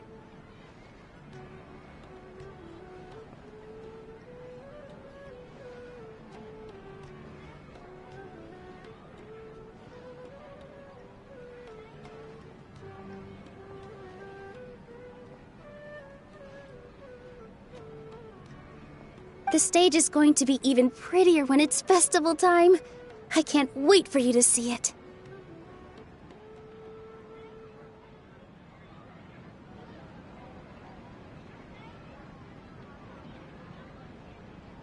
And I can't wait to see you on the stage. You've been practicing so long already. It's almost time for your dream to become reality. It's our dream. I'll do my best for the two of us. Nilu, what are you gonna be doing at the festival? She'll be dancing the dance of Sub-Zerus, the most important performance at the Sub-Zerus festival. Dunyarzad, have you told them the origin of this holiday? I only told them about the Greater Lord and Lesser Lord so far. Okay, then I'll tell you two about how this holiday came to be. According to legend, the Sub-Zerus festival was originally the Goddess of Flowers' birthday celebration for the Greater Lord. A long, long time ago, on one of Greater Lord Rukkhadevata's birthdays, her friends threw her a celebratory banquet. Some of the gods got drunk. One started playing music, and the Greater Lord started singing, so the Goddess of Flowers began to dance. As she danced upon the grass, countless beautiful parisaras began to bloom wherever she stepped. Those brilliant purple flowers became her dazzling stage. All the gods clamored, "Oh, if only time could stop at this very moment." Of course they did. When people mention the gods, they always think of the Archon War. But Sumeru's gods also had happy times. Although they aren't around anymore, they're preserved in our tradition of dance. This outfit I'm wearing is apparently based on how the Goddess of Flowers looked. Though we're just tiny people compared to the Divine, we still have to do our best to make sure that the birthday girl feels loved on her special day. Nilou, you of all people will definitely be able to convey our well wishes to the Dendro Archon. I also noticed that you went the extra mile and scattered Padisaras around the stage. They symbolize the Goddess of Flowers, after all. It's just a shame that all the real Padisaras went extinct after her death. Yeah. The Greater Lord brought forth Padisaras in memory of the Goddess of Flowers, but she ultimately could never truly replicate that beautiful purple. Thinking about the Goddess of Flowers dance makes me wish I could have seen it. If my stage were anything like that,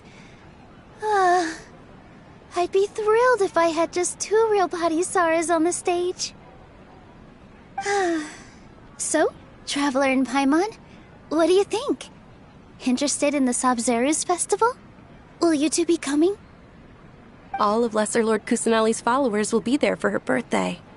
It'll be a good opportunity for you to learn more about her. Ooh, Paimon thinks that's a great idea!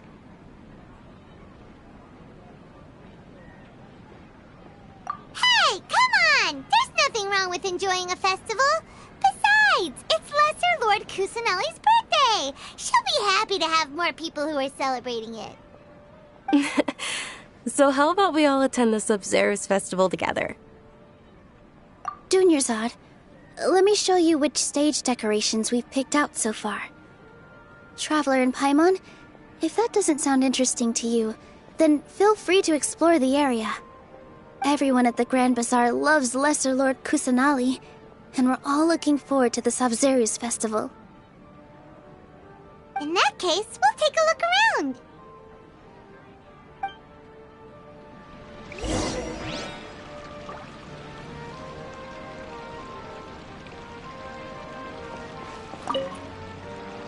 Whoa! What's with your yellow hair? And why do your clothes look so funny?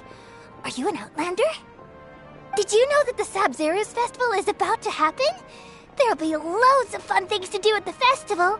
But the best part is when Ferris, the Knight of Flowers, passes out candy to everyone!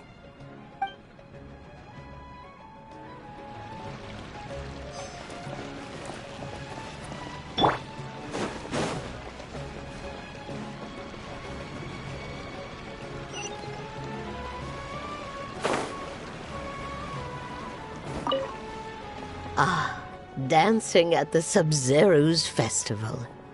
You know, I also danced when I was younger. As a child, I even asked my grandmother why we performed the dance for the Lesser Lord when it was originally done to honor the Greater Lord. My grandmother said that Greater Lord Rukkhadevata is a beloved deity and honored by all. And Lesser Lord Kusanali is too. If the Goddess of Flowers ever knew Lesser Lord Kusanali, then she would certainly have wished to be her friend and hold celebrations for her too. The Sabzeruz festival has been losing its appeal over the years. That is, until a wealthy benefactor stepped in this year and brought the festival back to life. I heard she forked out a lot of mora to make it all happen.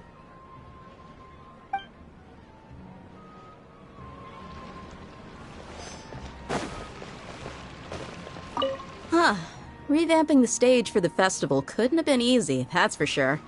I bet this year's festival will be one to remember. I don't know much about the Grand Bazaar, but I do know that the residents here have a penchant for song and dance. Two things that the academia doesn't particularly approve of. Oh, and the perfume sold around here is a lot better than what you'll find elsewhere. The fragrances are longer lasting and they're gentler on your skin and... I mean, that's what I've heard at least.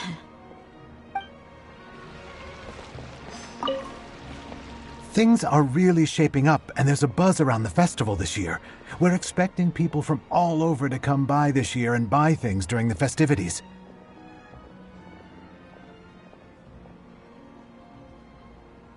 Don't be fooled into thinking that Sumeru City has the best of everything. Some festival snacks are only offered here in the Grand Bazaar. And when it comes to musicians, dancers, or singers, the Grand Bazaar's got the best of the best. Sure, those folks at the academia might not like it, but what's a festival without song and dance?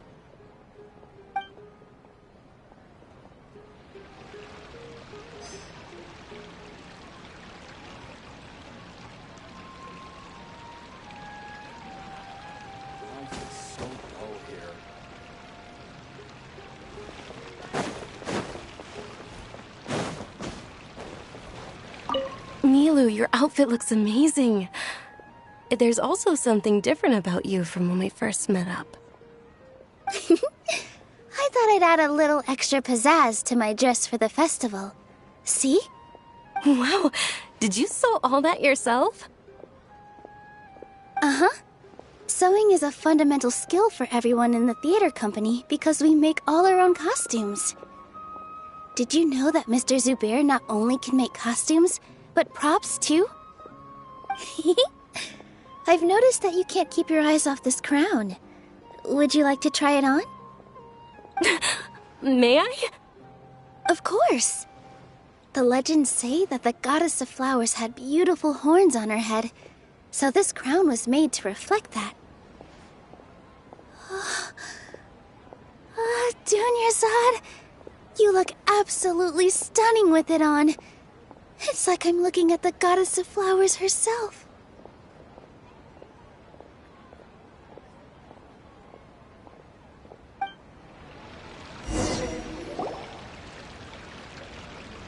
Hey!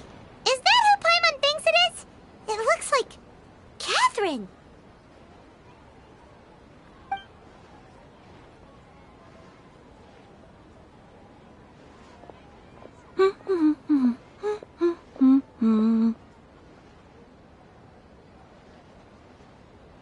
Huh. Come to think of it, Paimon's only ever seen her behind the counter at the Adventurers Guild. This is the first time we've ever seen her taking a break. Hey, Catherine! Huh? Oh, hey! It's the Traveler and Paimon! What's shaken? Whoa. Break time Catherine sure sounds a lot less formal than usual. Paimon was still waiting for her to say Ad Astra Abyssosque. Sure. Standing behind the counter at the Adventurers Guild doesn't require any complicated functions.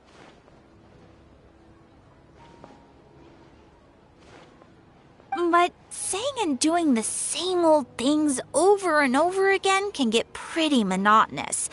Like watching the same Fontaine movie day after day. But take you two, for example. You travel across Teyvat to enrich your lives and gain new experiences. Well, we enjoy traveling across Teyvat and all that, but we're mainly looking for clues about his sister. Yes, you should keep searching.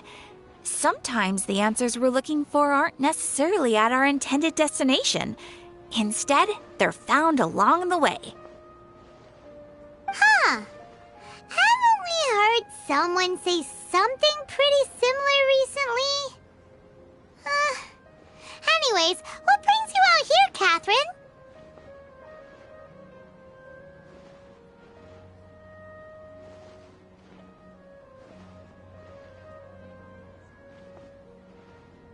No, not particularly. I guess you could say that I'm loving the recent atmosphere here. If festivals bring happiness to everyone, then that's where their true value lies.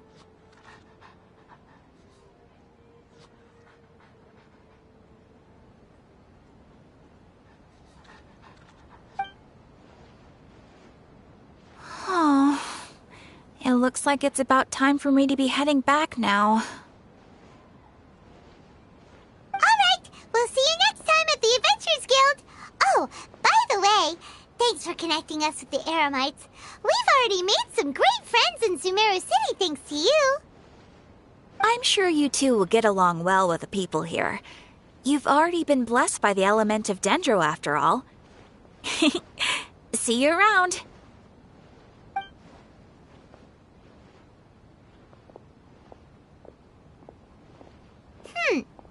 There's something really different about Catherine today.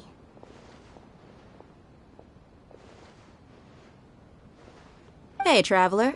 Paimon. Oh, hey, Dia. What's going on?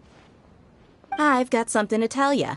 My lady knows you're looking for ways to meet Lesser Lord Kusanali, and she's been trying to come up with a way to help you.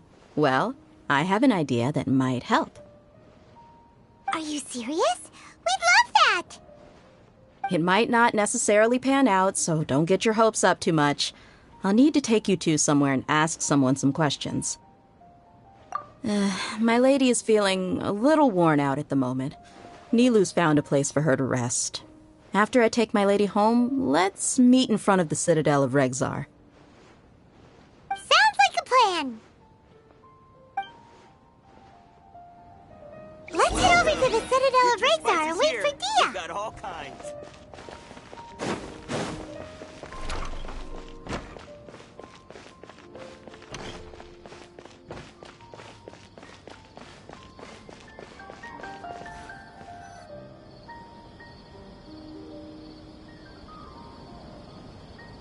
Sorry, I'm late.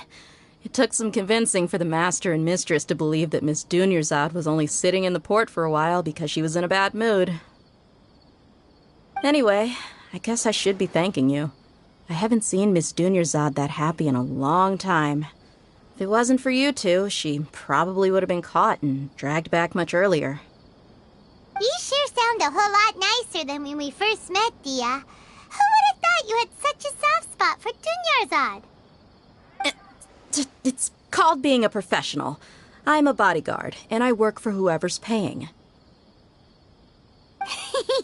Look, Dia's blushing. Listen, you two. I don't expect to be working for Miss Dunyarzad very long, but I hope to finish things on a positive note if possible. Let's cut the chit-chat and head into the Citadel. We'll see if the person I know has a way for you two to meet with the Lesser Lord.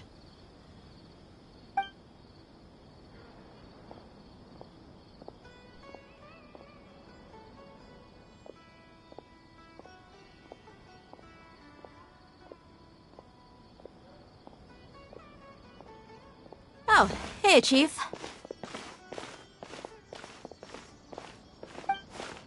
Ha, Dia!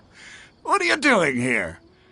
And well, didn't expect to see you three together.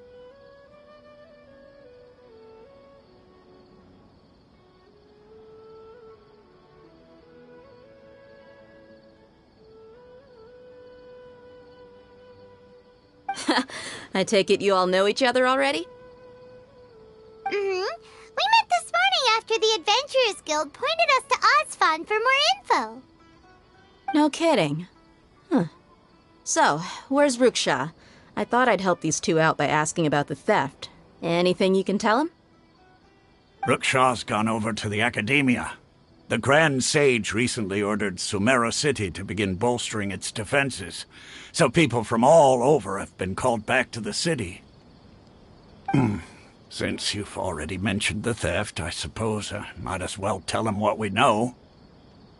Appreciate it, Chief. Theft?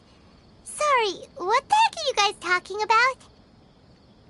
Just recently, the Academia lost something, and there's a chance the item is connected with the Dendro Archon. This case might just somehow help you in meeting her. I suppose that's one way to look at it. But if you ask me, the case is more about the academia than anything else. Let me fill you in. The academia recently sent a convoy to pick up an important package from Aru village. Word got out, and the convoy was robbed on its way back. The Grand Sage took the whole matter very seriously. Not only did he dispatch the Matra, but also enlisted our help in the search for leads. All we know so far is that whatever was stolen is currently in Port Ormos. You two have heard of Port Ormos, haven't you? It's the largest commercial port in all of Sumeru. You can travel there by leaving Sumeru City and heading south along the river. The Academia's grip isn't long enough to reach all the way to Port Ormos, so the city's a little more laid back, meaning the population's also a mixed bag. You never know who you'll meet there. Apparently what was lost has a great deal to do with the Akasha, knowledge, and even the gods. I'm afraid I don't have any other details for you, though.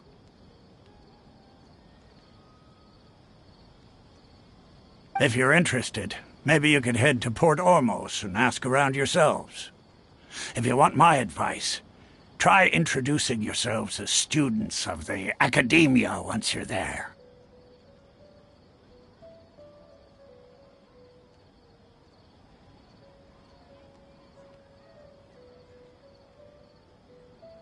Are you serious, Chief? All the Academia students are in Sumeru City, you know. Why should they pretend to be students in Port Ormos? If you're also interested, just go there and see what happens.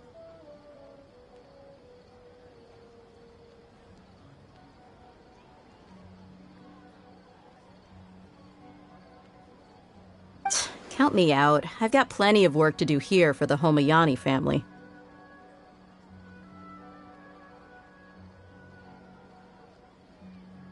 And take it from me, if you two really do decide to visit Port Ormos, you'd best watch your backs. Let's just say that the Eremites there aren't nearly as friendly as those here in Sumeru City. There are even some extremists who go around shouting slogans like, "Retake Sumeru for King Deshret." Word is that more and more are joining their movement. They're becoming a real headache for Chief and the others. You bet they are. King Deshret's been dead for thousands of years. Now they start spreading rumors of his return. Ridiculous. Not everyone's like you, Chief. Even the desert natives who abandoned their homes in the wilderness still wish to have a god of their own. Well, Traveler, that's about all the information we have for you. Thanks, Dia, and you too, Osfond. Since we've gathered all we could for the moment in Sumeru City, let's head to Port Ormos and see what we can find next. Miss Dunyarzad is looking forward to seeing you both at the Sub-Zerus Festival, so be sure to get yourselves back here in time for that.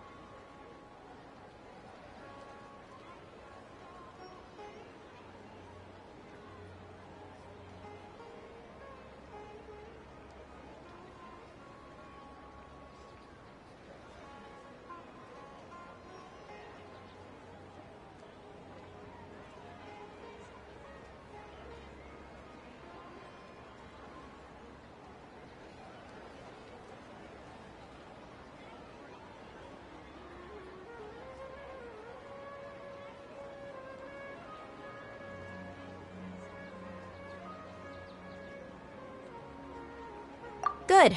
Then we'll see you both at the Sub-Zerus Festival.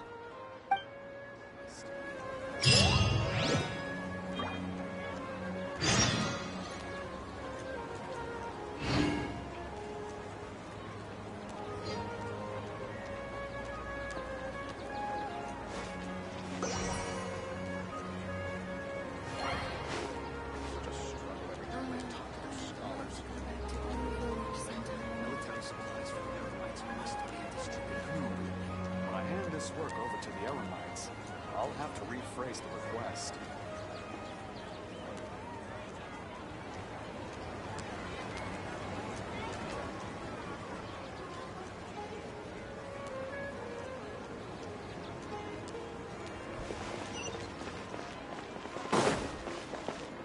Such a military every time.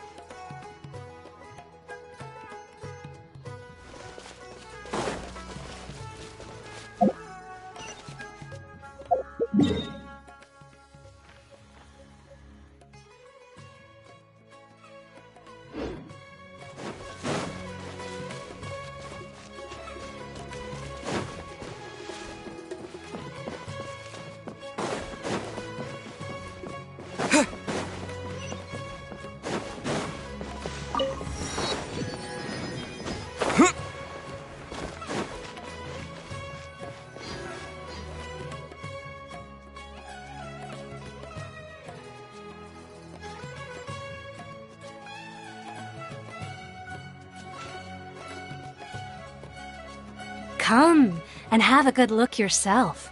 Traditional spices of the highest quality, made with pride and experience.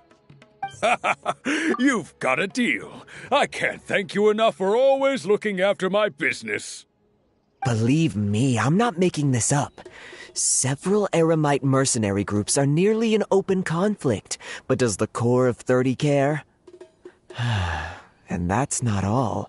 Did you know that... Wow!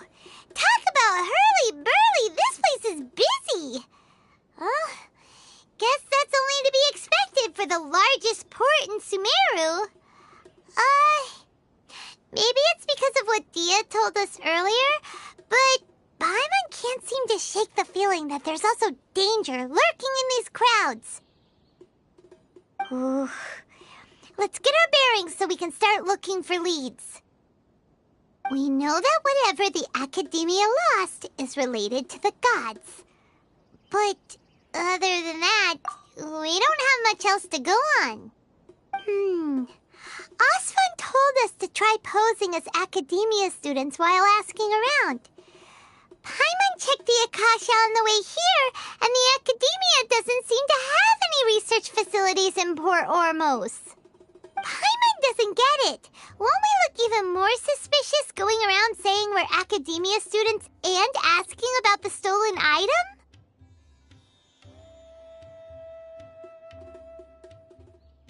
Well, given all the people that come through here every day, if there's any information to be found, Paimon bets we could find it in the market. Let's ask around and see what we come up with.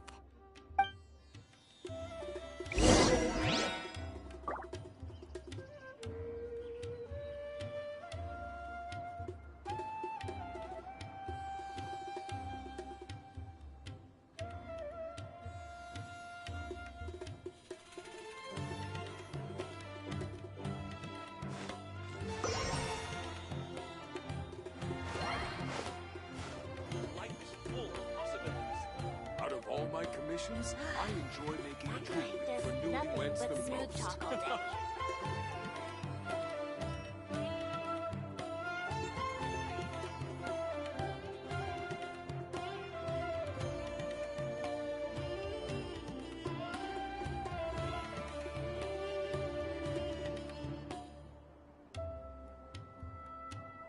Life is full of possibilities.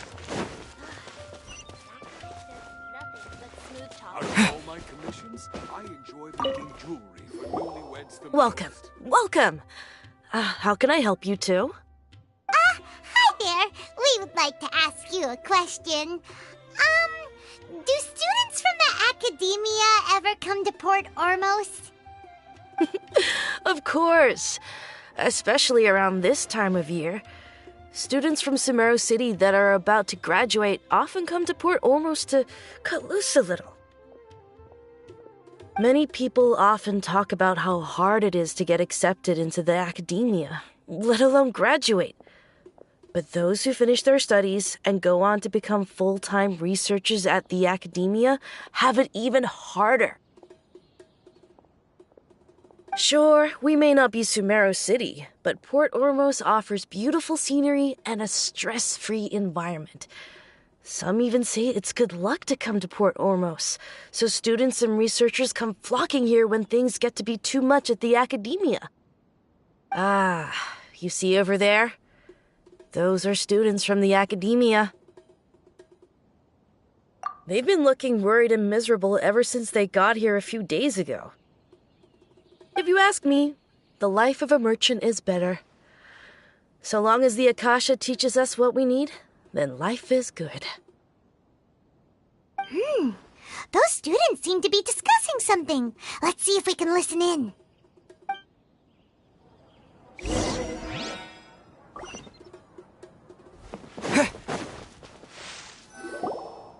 It's no good. I've tried asking around, but I haven't been able to learn anything useful. Not to mention that a bunch of scary-looking Eremite mercenaries have been posted along the streets now. There's been a lot of fighting between the different Eremite factions in Port Ormos. If we choose to move on our own, then it would be wise to steer clear of them. Especially the group that's constantly shouting some stuff about King Deshret and some resurrection. I've even heard that the Citadel of Regzar is starting to get fed up with them. What was that group called again?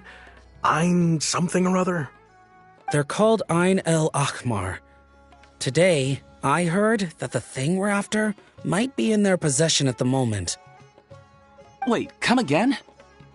Don't you see? Many of the Eremites in Port Ormos deal with trading this kind of thing. They're usually pretty wary of outsiders, but not so with students of the Academia. It's because the kind of goods that students are looking for aren't the kind of goods that Eremites are after. As long as they know you're a student, then deals can be made. I've heard that Ein al-Hakmar likes to set up shop at the Jafar Tavern. Supposedly, if you're willing to part with 500,000 Mora, they'll give you info on anything. Wait, did you say 500,000? If information alone costs that much, then how could we ever afford to buy what we're looking for? I guess we might as well give up on trying to graduate this way. I wouldn't worry too much. Our field of research is very niche. Who else could possibly be after that kind of shady knowledge? I bet it's practically worthless to anyone aside from us. Well, I guess that makes sense. Then the only thing left for us now is to find a way in. Why don't we all just pool our money together and pay for the information?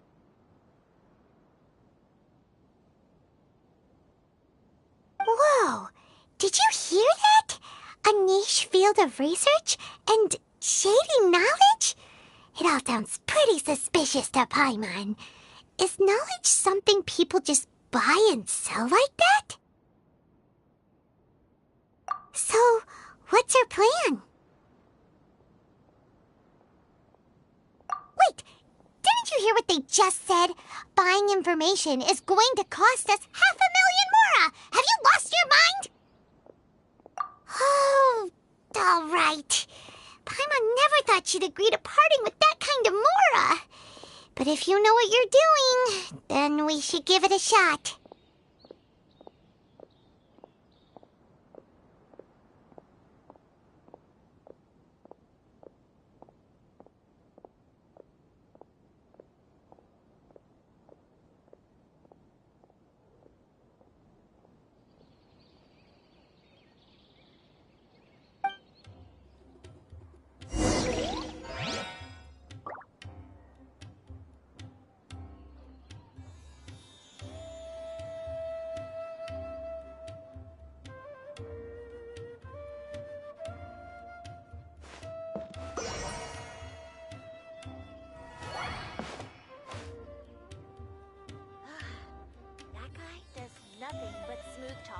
Out of all my commissions, I enjoy making jewelry for newlyweds the most.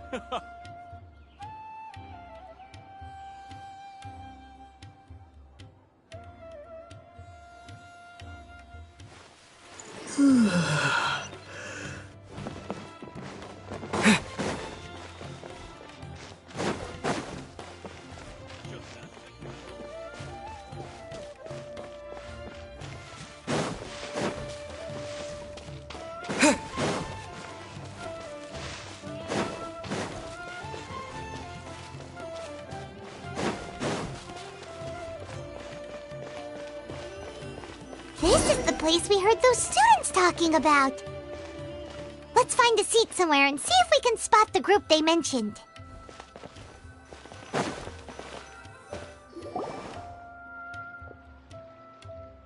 Oh, you've arrived. Please, take a seat.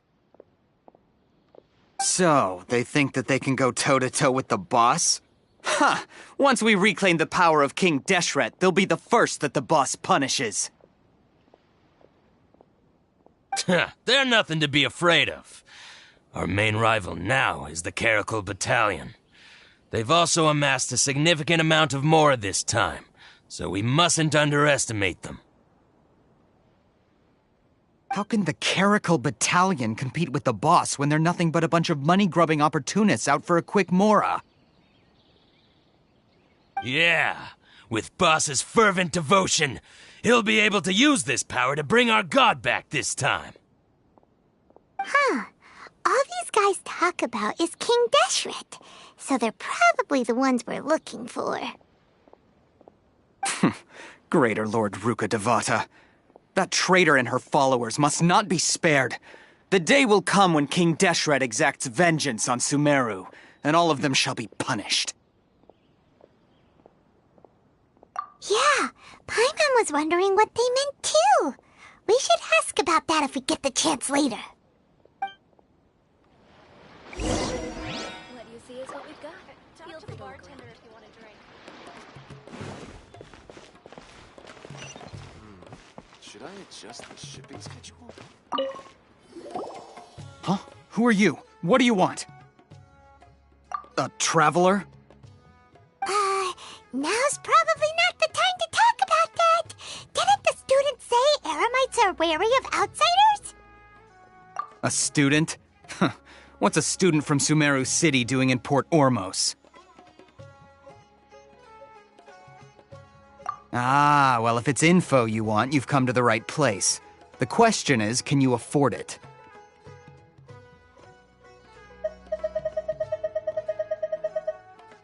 Oh, Paimon can't stand to see so much more go. But there's no other choice right now. Here, this is the merchant's address. Whatever you're looking for, you'll find it there. Well, what are you waiting for? Oh, that's right! We heard you mention King Deshret just now. We're actually interested to know more because we're, archaeology students! Fine. Since you've already handed over the Mora, I guess I can throw in a little extra info. As you can see, members of Ain al-Ahmar are devout believers of King Deshret. Years ago, King Deshret founded the great desert nation that was our homeland. It was an advanced civilization, far beyond anything you'll see in present-day Sumeru.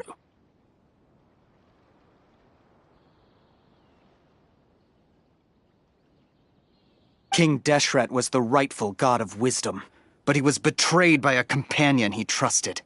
She even stripped him of his title, God of Wisdom. So, you mean the traitor was... Greater Lord Ruka Devata, yes. That shameless wretch destroyed King Deshret's civilization, and our ancestors were forced to flee to this land where we were made to suffer the tyranny of our enemies. Furthermore, she conspired with the Academia to cover up the truth of her actions, and create the merciful and benevolent facade for which she is now known. Ugh, just thinking about it sickens me. But the story doesn't end there, oh no. King Deshret isn't truly dead. The voice of the Oracle has been heard in the desert, prophesying his resurrection. Mark my words, our god shall return. And when that day comes, all followers of the traitor and all the desert dwellers who have forgotten their true god will suffer retribution together. If what I'm saying makes you shiver with fear, it might not be too late for you to become a believer of King Deshret. I don't have anything to say to you Academia people about that. I think this conversation has reached its end. Not just yet. This man is a fraud. Huh? You again? Deranged Academia lunatic. Yes, it's me again. I already warned you that if you weren't willing to sit and discuss things with me, I'd take measures to make things uncomfortable for you. Listen to me. That address he gave you is fake. Or at least, you won't find a merchant waiting for you there. This group has been boasting all around that they can provide information on a certain item as a means of luring people into their territory. Once you show up, they keep up the act until they have hard evidence that you want to purchase said item. Then they use that to squeeze you for all the Mora you're worth. Hey! Shut it all, Hatham! What are you playing at, trying to ruin our business like this, I told you the other day. I wish to discuss my terms with your boss. Ha! The boss made it perfectly clear that he won't negotiate with you. Yes, and in no uncertain terms. But that was then. It does not preclude him from changing his mind in the future. I'm warning you. Don't push us, or this could get ugly. We don't usually get rough with people from the Academia because it just complicates things. For a lunatic like you, though, we might just have to make an exception. If you're suggesting that we escalate this from a verbal exchange to a physical one, I accept. After all, even the Archons used war to negotiate the ownership of Tevat. If, on the other hand, we can't agree on any means of negotiation at all, then I'm afraid my next course of action will sting a little more than the mere falling through of a few business deals. I will jeopardize the Eremite's reputation, which I know you value above all else. I am quite confident that if I began to take such action, your boss would willingly approach me himself. However, I fear that by then, some things will have happened that cannot be undone. Also, a word of advice. I suggest you tell your boss exactly what happened here today. Otherwise, he might blame you for not telling him in the future.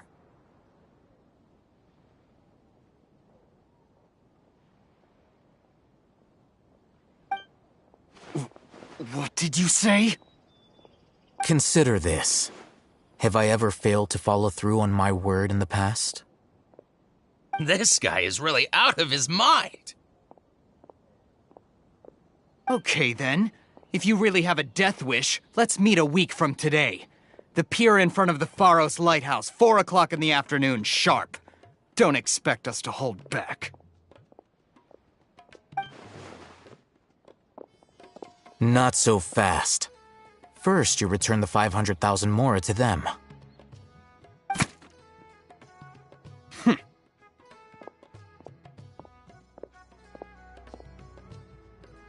Please, I beg you, don't provoke them. We can't afford any trouble with this crowd. They haven't even paid for their food yet. Ah, Mr. Iman. There appears to be fewer staff in the restaurant recently. This wouldn't happen to be because they're all busy spreading the word to the students, would it? Well... Someone who chooses to do business with a group like that really can't afford to get so flustered the instant someone confronts them about it. Consider the meal compensation for our silence. I'd say you're getting an excellent deal. Whoa, did you see that? He not only got us our Mora back, but sent the Emirites running too! Plus, he seems to know a lot about what's going on around here. Let's catch up with him and ask some questions! He went that way! After him! What's going on? How can there be kind of...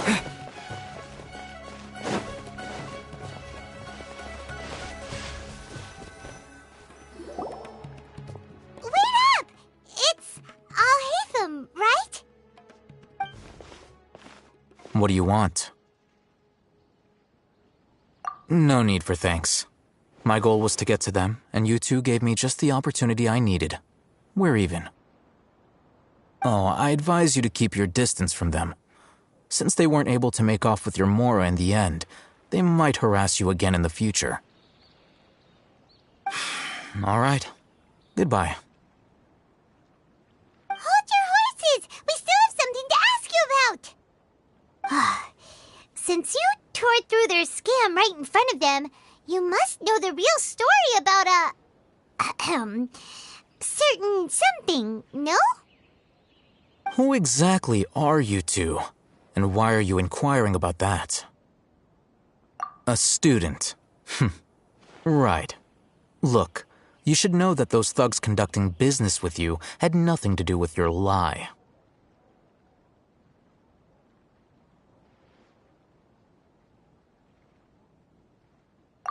Huh? Oh, yeah! He's really strong! Weren't you saying something about a physical exchange? We can help with that. He doesn't even have a vision. Forget it. Maybe not, but he can still use elemental energy. Otherwise, there's no way we'd go asking for info from from guys like that. Those high-headed thugs are definitely gonna bring a lot of backup for your next meeting. Even if you don't go alone, you won't regret taking us with you.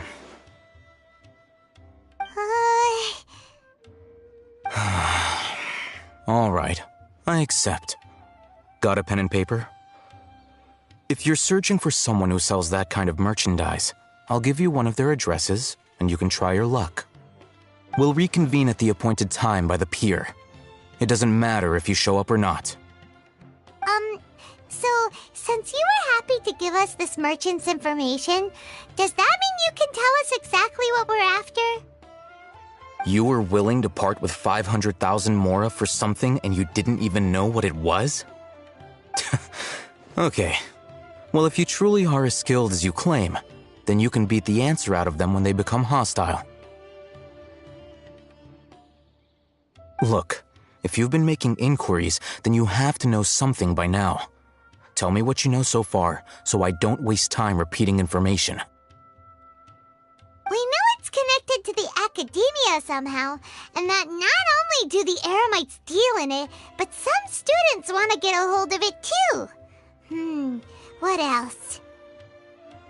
You know almost everything there is to know, but you're unable to compile this information because you've never seen the object before. This is what you've been looking for. Huh? Paimon can't tell what it is. It looks like some kind of ornament. This is a knowledge capsule.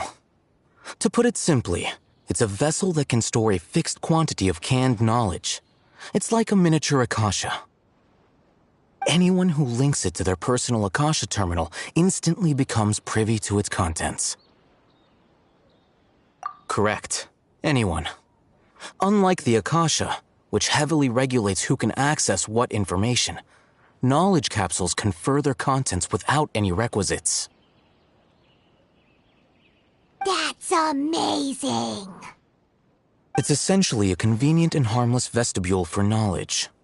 Unfortunately, it's illegal in Sumeru to privately possess or trade them.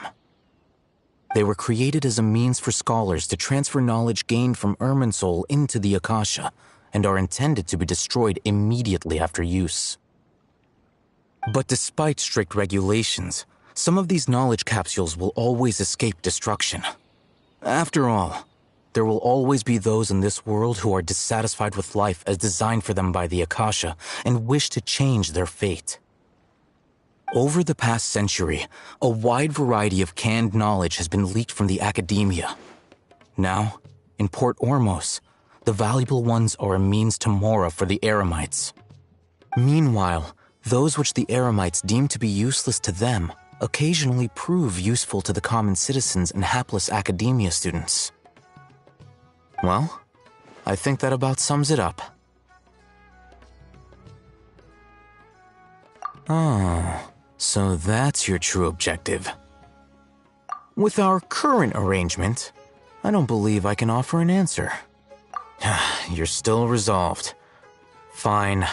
Let's talk somewhere with fewer people.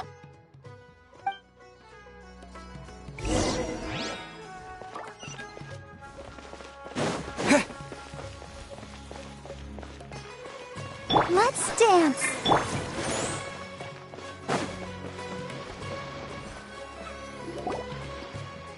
Let's continue our conversation here.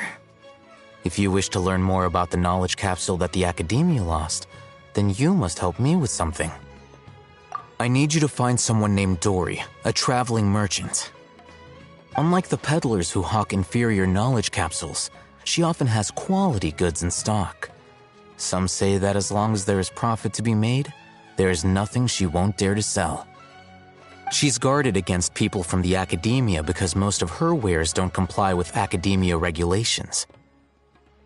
I think she blacklisted me. I met with her informant, but it soon became clear that they had no intention of letting me get any further. Become one of Dory's customers and earn her trust. This is my condition for further collaboration. Why do you want us to meet with her? Until you complete this task, you don't have question privileges. Fine. So how do we go about doing this? You two are outlanders who haven't been here for long, so Dory should view you as safe clients. I'll give you the informant's address and their contact password. Beyond the password, though, I have no way of knowing what other tricks she might have up her sleeve. You'll have to improvise.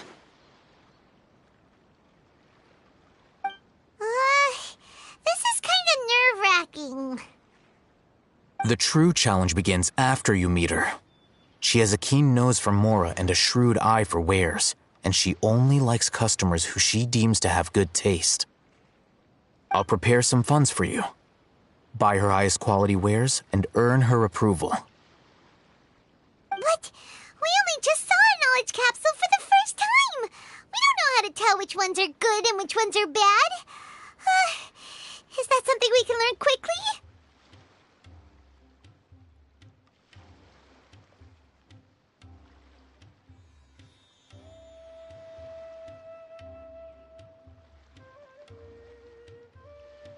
That's true. Have you two heard of elemental sight, Oh? That's a surprise. Guess I'll have to hold you in higher regard. Anyway, that ability should resolve your issue.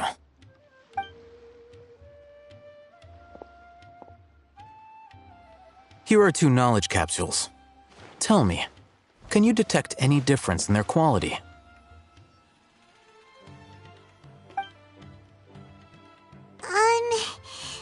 They look the same to Paimon. Try inspecting them with elemental sight. How'd it go? Did you see anything? Rumor has it that higher quality knowledge capsules generally appear brighter when viewed through elemental sight. That's because knowledge originates from Irminsul, the root of Dendro power itself. The more powerful the knowledge, the richer it is in Dendro energy. However, some canned knowledge with a high concentration of elemental energy is of little use in contemporary times, so those capsules are of little value. Using elemental sight is merely a stopgap measure, but it should suffice for earning Dory's trust.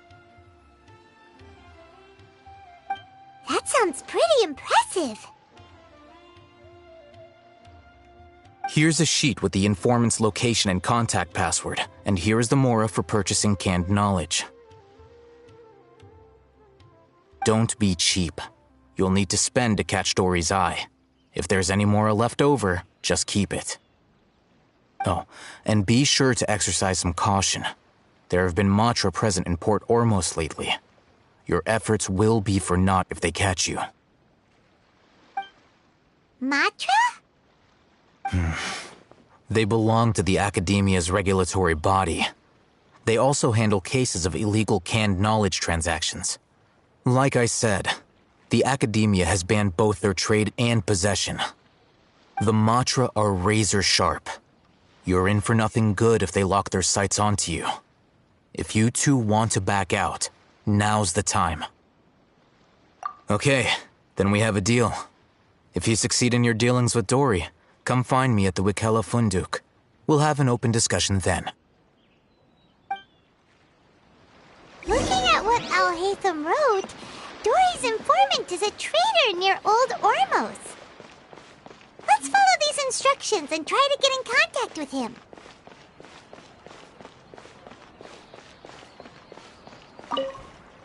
Hello. What are you 2 looking to buy? Wait, are you sure you're remembering that right? Paimon doesn't think it was that on the paper. What a unique palate. We have unripe horror fruits, but we usually keep them in the back. I'll have someone escort you. Following the paper got us past the first round. Ronak, these 2 want to buy unripe horror fruits. Show them to the warehouse. Got it. You 2, please follow me. You 2 have a fascinating fashion sense. We haven't seen a customer wearing a Sumeru rose for quite some time. Hold on. Let me think. Sumeru rose means common merch. No, look again. We're obviously wearing morning flowers. Ah, my mistake. I do apologize. Whew. That pop quiz sure was scary. The warehouse is up ahead. Please follow me.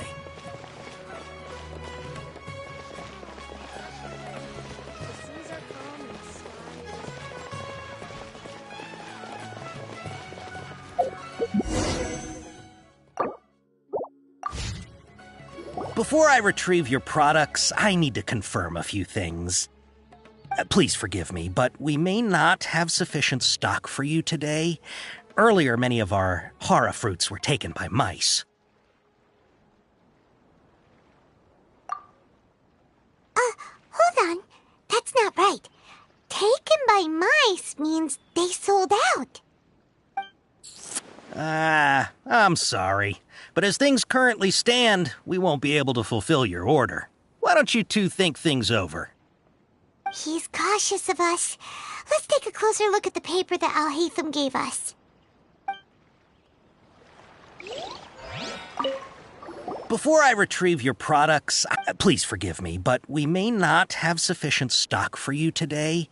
Earlier, many of our hara fruits were taken by mice. Thanks. If better goods come in, you'll be the first to know. You look like you have some skill. Why don't I pick out some fruits that'll make you dizzy? Yep, that's the right answer. But eating hara fruit that makes your head and ears ring sounds like a bad life decision.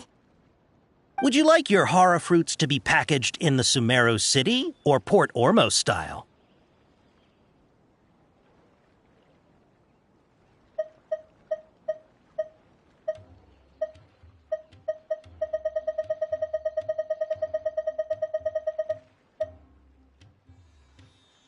Wow, you two sure are generous customers. We'll be sure to package your products beautifully. Okay, everything has been confirmed. Miss Dory is waiting for you up at... Shoot! It's the Matra! Run!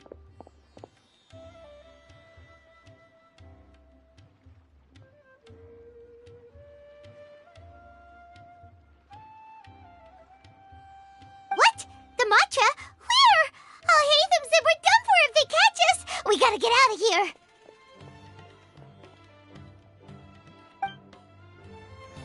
We don't know this area, so let's follow that informant.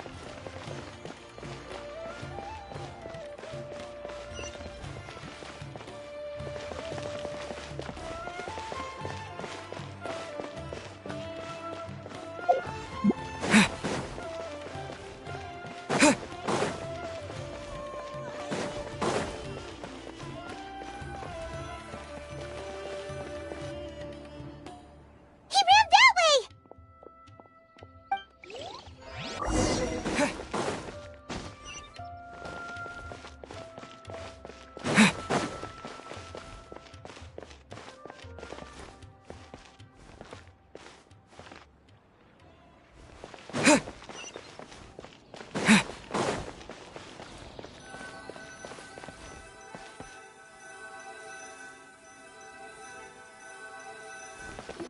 Look, he's over there.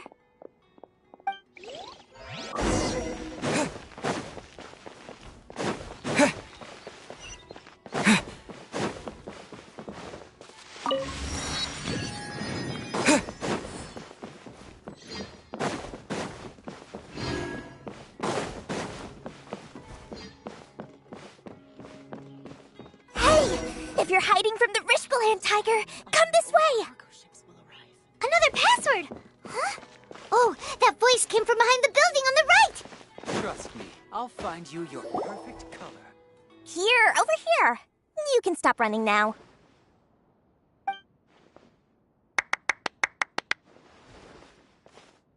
So you were the one who was calling out to us just now. But, are we definitely gonna be safe here? These two good customers wish to buy some hara fruit, Miss Dory. And if there's nothing else, I'll just excuse myself. Oh, very good. Thank you.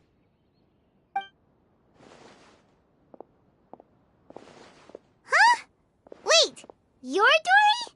Paimon sure thought you'd look a whole lot scarier.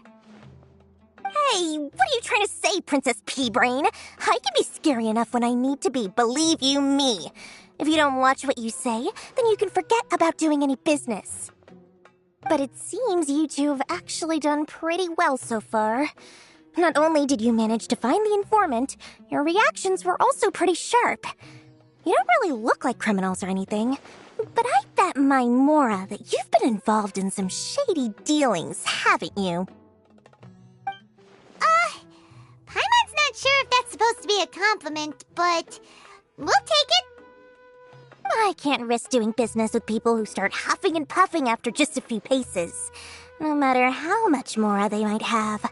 Not only will they get caught by the Matra, but they'll also get us into trouble. As decent folks trying to run an honest business, we don't need any of that. Wouldn't you agree? So that's why I prefer to have customers like you. It's it's your first time here, but don't worry, I won't ask too many questions. Even if you wish to buy enough knowledge capsules to decorate your house with, please, knock yourself out. As long as you have lots of round, shiny Mora, then we're all good. Ah, yes, of course, of course. Go ahead, help yourselves. Voila! Wow, she has a trove of canned knowledge. Whew. She'd probably be in serious trouble if the Matra caught her with all this. What kind of products do you seek, my dear customers? Don't worry, I'm not interested in your reasons for buying. I can, however, offer some suggestions. Take this one, for example. An analysis of the sociological ideology and dialectics of the Hilichurls. Only 3 people in all of Teyvat have ever studied it, making it extremely rare. It's on sale now for 350,000 Mora. Yeesh! Who would want to be an expert in that topic? Or how about the architectural styles and construction methods of Teyvat in the early Archon War period? With this one, you can become an expert in historic architecture preservation and find an excellent, well-paying job in nearly any nation. Ooh, now this sounds like it could be useful. 2 million Mora, and it's yours. No discounts. Whoa! That's a lot of Mora! Of course, you are free to pick whatever your heart's desire. The contents and price of each knowledge capsule are indicated in small text on the body of each one, down at the bottom.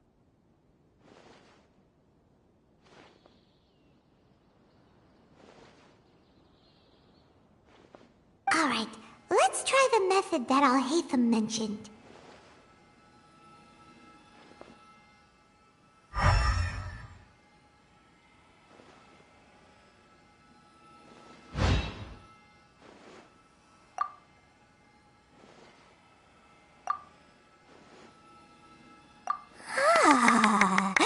You've really got a good head on your shoulders, and quite the eye for quality.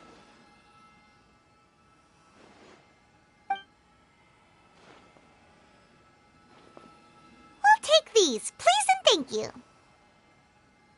My oh my, you are blessed with a taste for both the exquisite and the extravagant. Customers like you are a rare breed. 1 in 100. No, 1 in 1,000 even.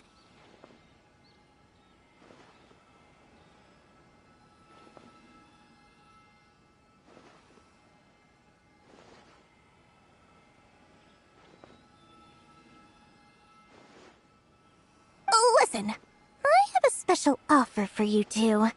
If you spend just 100,000 Mora more, you can pick any knowledge capsule of your choice up to a value of 1 million Mora. Say what now?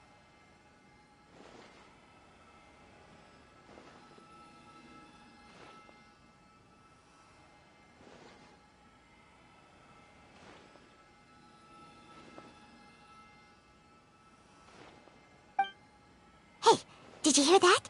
Spend another 100K and we get a capsule worth a whole million! But all the canned knowledge we just bought is easily worth 500,000 Mora. If we spend just a little more, we can get something worth 1 million Mora. Isn't that a fantastic deal? Think about it. We've gone to all this trouble to get this canned knowledge. And so far, everything we bought belongs to Alhaitham. Aren't you even the least bit curious about how this whole canned knowledge thing works? We're talking instant knowledge here. Don't you want to try it yourself?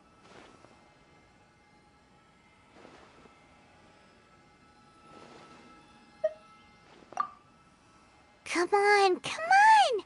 We still have around 100,000 of Alhaitham's Mora left, so let's put it to good use by finding something useful for you. Ahem, you've got a deal, Dory. We'd like to spend an extra 100,000 Mora. Excellent! Then please, select from this fine collection of canned knowledge over here.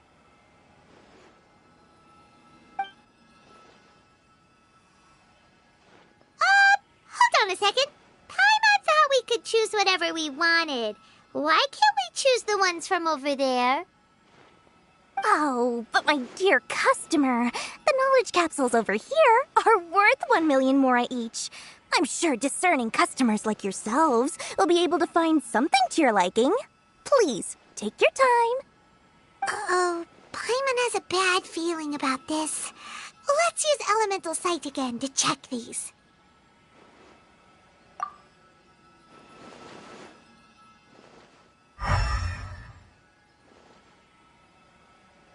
So, what did you see? So, they're all worth about the same amount?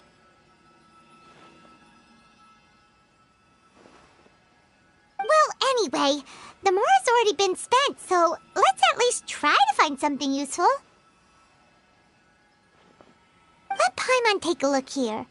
An introduction to traditional Sumeru brewing techniques, the art of growing spices, an overview of ancient runes. Oh, how about this one? Sword Fighting Techniques 8. Not sure we'd ever find volumes 1 through 7, but at least this knowledge should be useful, right? Let's go with this one. Dory, we'll take this one. All right, very good. I'm expecting some new goods in the next couple days, so be sure to check back again soon. Whether it's canned knowledge or anything else you need, bring your mora to Dory and doors will open. Our dealings with Dory went smoothly enough. Let's head to Wakala Funduk and meet up with Alhaitham.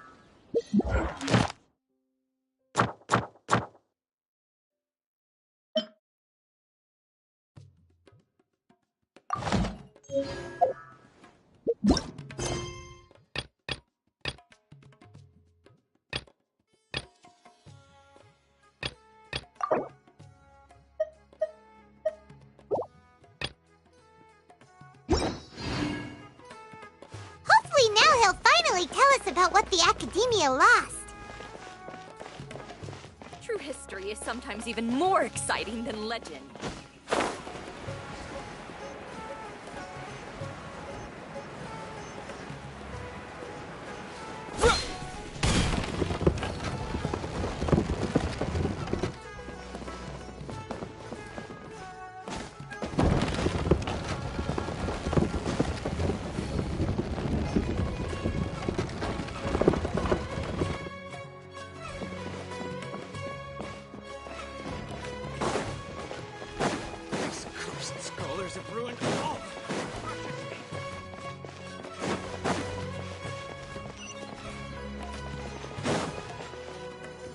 Ha, you two made it.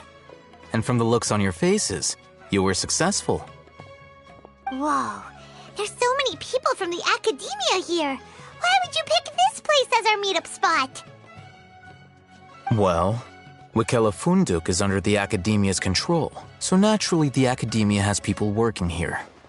I came to Port Ormos under the pretense of conducting official business. You're a pretty daring guy. Relax. No one here is interested in anything we say, and the Matcher won't come here. Okay now, tell me how your encounter with Dory went. Okay, we did what you asked. So, can you tell us about the knowledge capsule that the Academia lost now? Before that, I have to ask. Why are you two so intent on tracking it down? You don't have to answer, of course. Yeah, he just wants to meet the God of Wisdom and ask her about something important. We've been in Sumeru for a while now, but we still haven't found a way. When we heard that the Academia had lost something that might be related to the gods, we came here in case it turned out to be our lucky break. In that case, you're on the right track. A short while ago, the Academia lost a knowledge capsule in the desert. It's supposedly a divine knowledge capsule. Use it, and you'll gain the wisdom of the gods. Wow, There's really such a thing as that? Hey, if we find it, do you think we could learn how to meet the Dendro Archon? Ooh, or how to find your sister? I highly doubt it has any mystical properties, but it does indeed exist. And it's right here, in Port Ormos. So, where exactly? That's what we need to find out next. I won't deny that. I am investigating because I'm curious as to what the Divine Knowledge Capsule truly is. As you know, the Eremites in Port Ormos also have their eyes on it. It is an extremely precious item. The knowledge contained within may bring great power or wealth to whoever has it in their possession. Several brigades have been vying for ownership of it as of late, but there is still no victor. My personal finances and connections cannot compete with those of the Eremites. After attempting various methods, I finally managed to reach a tentative agreement with several brigades. I agreed to forego ownership of the Divine Knowledge Capsule in exchange for the opportunity to study it. After all, there's no harm in understanding what it is. However, there are those who are less amenable to negotiation, such as those from Ain al-Ahmar. They adamantly believe that the Divine Knowledge Capsule contains King Deshret's power, and that he will return to this world when they obtain it. They refuse to let anyone from the Academia tarnish their deity's soul. So you kept hounding them because they refused to cooperate with you? Yes. Ain al-Ahmar isn't exactly wealthy, but its members are determined to get that capsule by any means necessary. To that end, they've resorted to many methods more foul than fair in order to amass sufficient funds. So, I've been sabotaging their business to force them into negotiating with me. The Divine Knowledge Capsule should be up for a secret auction within the next few days. Each brigade will place their own bid, and the prize will be covertly given to the winner. To ensure the capsule's security and to evade the Matra's notice, the winning brigade will not publicly disclose their victory. Unless I know whose hands the Divine Knowledge Capsule ends up in, my agreements with them will fall through. Dory is the most reliable source of information, but that avenue was previously closed to me. With you on board now, the situation is different. In other words, you wanted us to befriend Dory so you could find out where the Divine Knowledge Capsule is. Yes, you can say that. But this arrangement harms none of us. The day after tomorrow, go back to Dory and try to purchase information on the Divine Knowledge Capsule's whereabouts. If she has no information, wait 2 days and approach her again. If I get the opportunity to study the Divine Knowledge Capsule, I will relay my findings to you. Will that suffice as compensation? Okay, then we'll meet up in 2 days. Alhaitham, before you go, we actually bought a knowledge capsule for ourselves, but we're not sure how to use it. You two want to try using a knowledge capsule? Sure, I can teach you. Doing so right under the Academia's nose is a bit problematic, though. What do you say we head to the outskirts of town?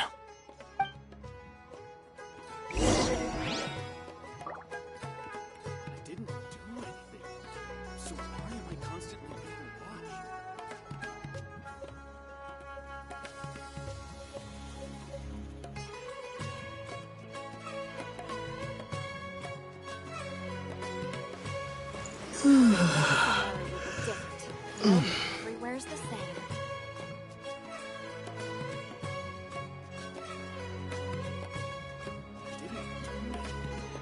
So why am I constantly...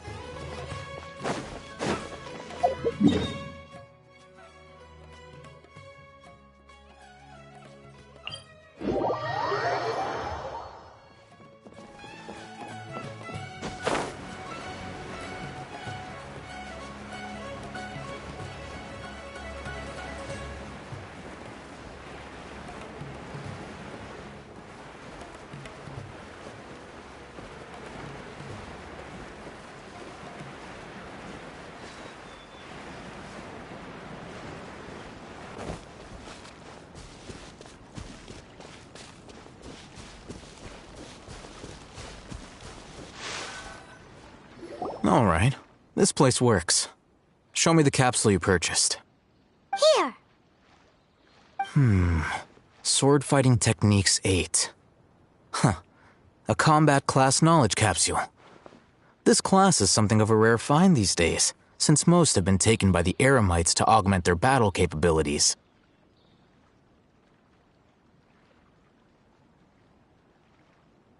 Really? Ah, yeah, what a great buy!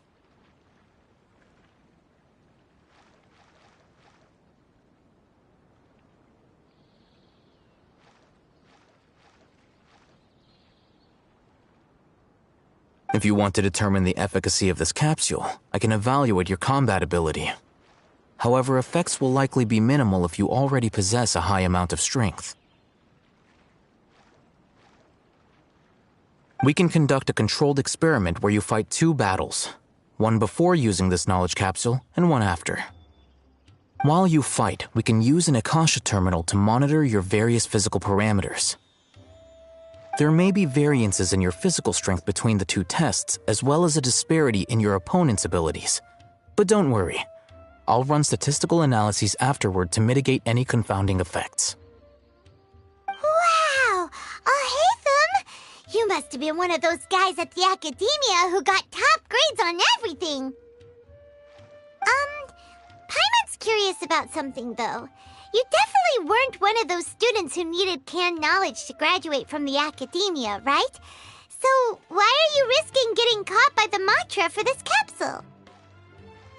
When you are unable to understand a researcher's actions, most cases can be attributed to curiosity.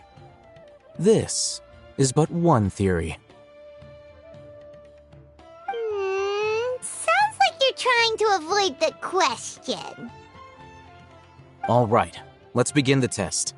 Just fight as you normally do.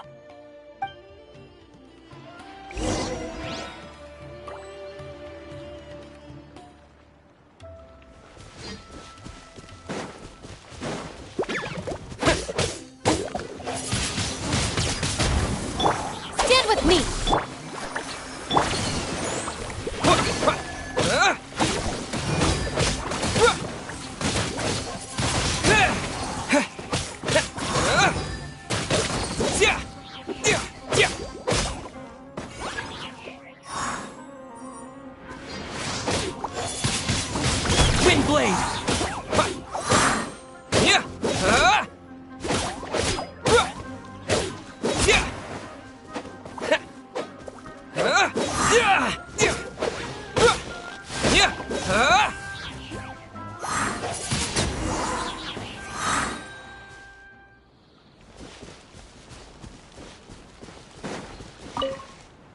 All right.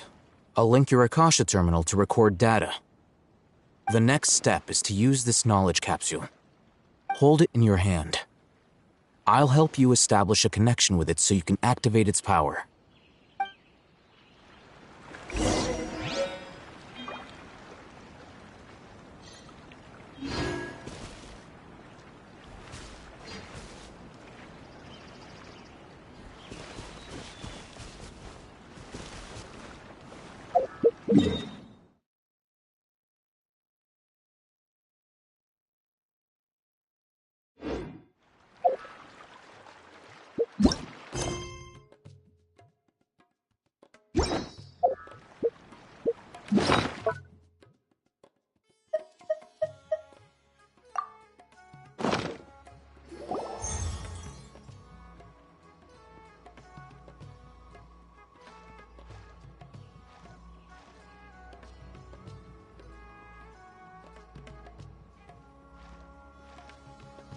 Hey, how are you feeling? You mean that it worked? All right. Time for round 2. Fight with the same composure as before.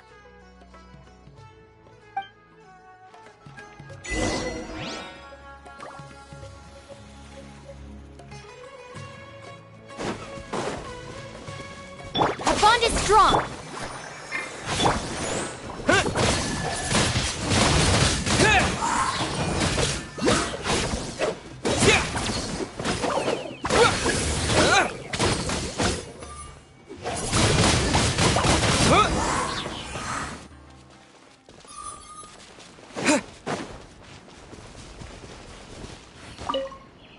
Now, I'll start recording data again. Oh, Hatham, how's it going? Well, the knowledge capsule you purchased did improve his combat capability. During the second fight, his overall fighting performance increased by 0.073%. Wait, how much?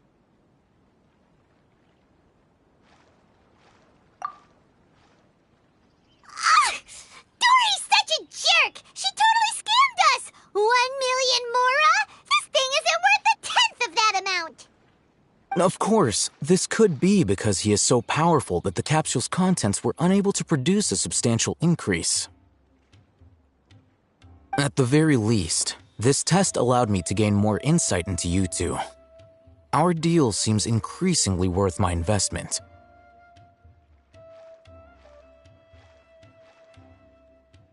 I'm heading back to Ikela Funduk. I await your response in 2 days' time. This is Mora for when you ask Dory for information. Pay her as much as she requests.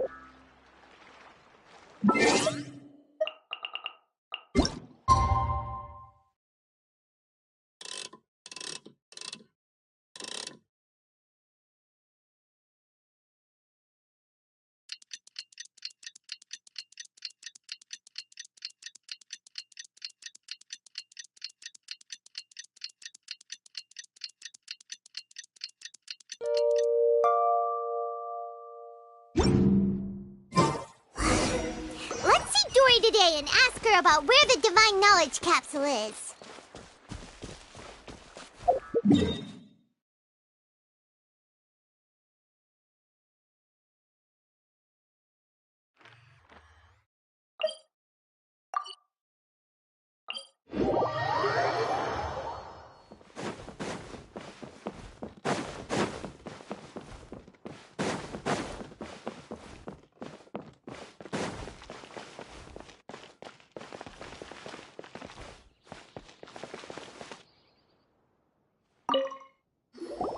Over here! Oh, welcome back, my loyal patrons. What can I do for you this time? You name it. Canned knowledge, supplies, or anything else you need. I'll find a way to get it. Where there's a waterfall of Mora, there's a way. Can you really get us anything we want? Anything at all? Aha! So it appears that canned knowledge alone is no longer sufficient for your opulent appetite. Then please oblige me. Tell me what you have in mind. Oh! I knew customers with pockets as deep as yours would undoubtedly crave something more profound than ordinary canned knowledge. But you know, that kind of information isn't going to be cheap. After all, I had to work really hard to weasel my way into the auction site. Not to mention that if anyone found out that I was the leaker, I would be in big, big trouble. But how can we be sure your information is accurate? Paimon's curious how you just happen to have this kind of info the moment we need it. Because to me, anything of value is what I consider to be my supply. Therefore, I must always be aware of what's hot on the market in order to secure more sales. As for the information's authenticity, well, you've no need to worry about that. I used a camera to take a picture of the transaction. That way, no one can dispute it.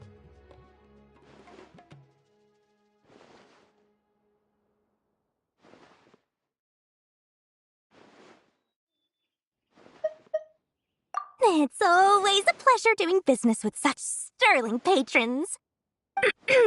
Now that you've paid in full, here's the scoop.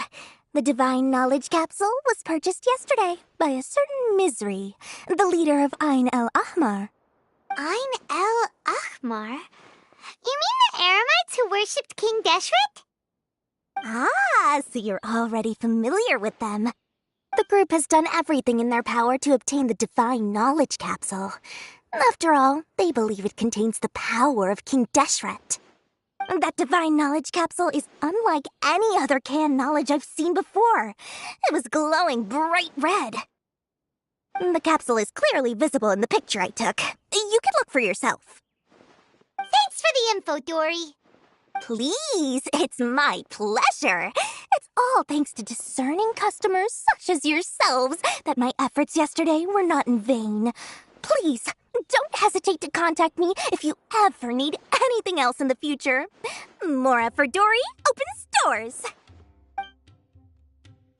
Well, we figured out where the Divine Knowledge Capsule is. It turns out it ended up in the hands of Ain el Ahmar. Let's head back and talk to Al Haytham. True history is...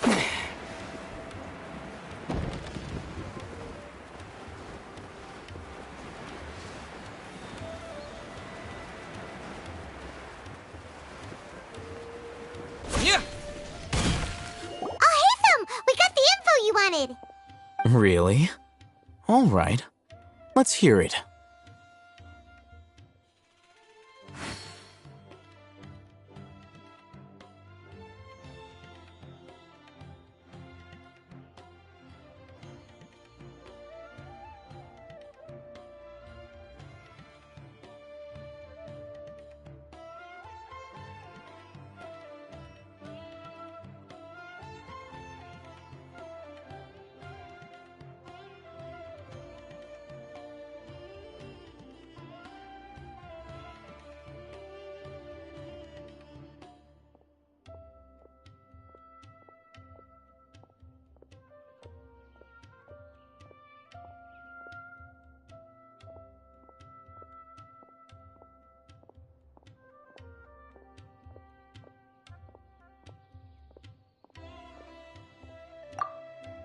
Dory even gave us evidence to verify the intel. Have a look. Huh, look at that. Clear as day.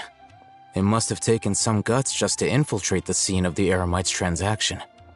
But then to get close enough to take a picture like this. Bold move, Dory. Very bold move. All right. The person in this picture is indeed Misery, the leader of Ain el Ahmar. And the glowing red capsule he's holding appears to be the Divine Knowledge Capsule. In which case, if we play our cards right, when we confront them next week, we should be able to force them to show their hand. At first, Paimon didn't get why you were provoking these Ain el Ahmar guys. But now, it sort of makes sense. Everything's playing right into your hands. After we defeat them, we can finally have a serious talk with their boss and get them to lend us the Divine Knowledge Capsule. Thank you for your time and efforts. Take a few days off while I make some preparations. Let's meet up again on the afternoon of the arranged date, 3 o'clock sharp.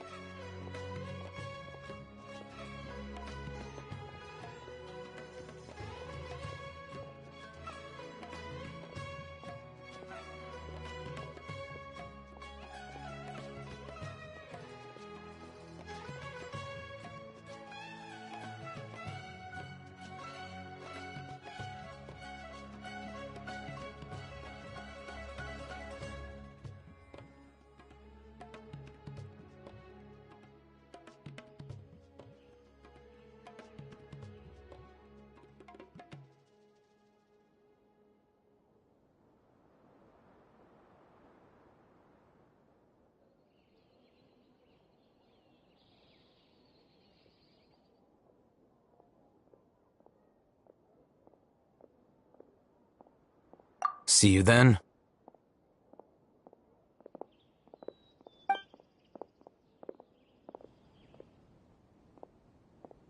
Oh, Hatham sure is taking his time. Where could he be? Oh, there he is. Sorry to keep you waiting. Let's head to the pier in front of Pharos Lighthouse. Yep, let's go.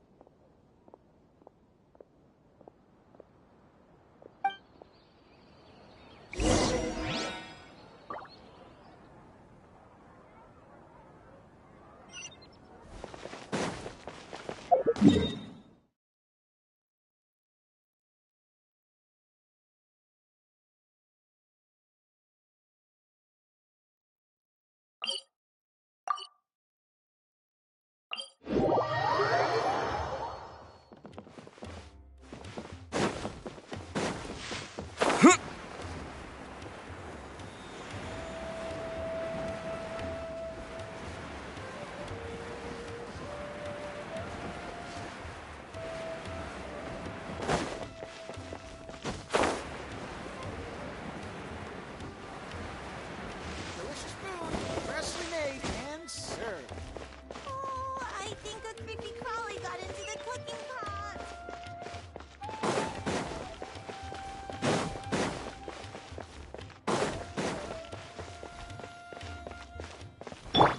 Stand with me!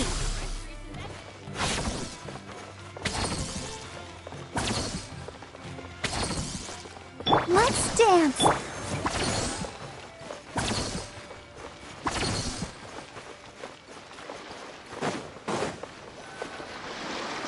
Oh, Hatham.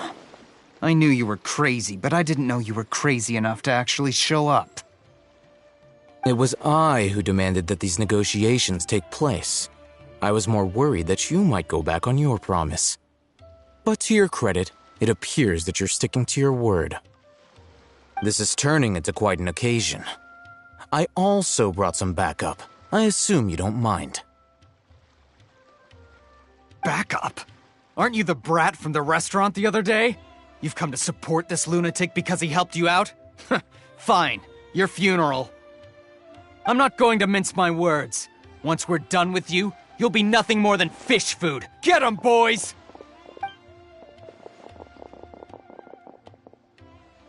Uh-oh, here they come. Good luck, you two. That's close enough. Let the show be...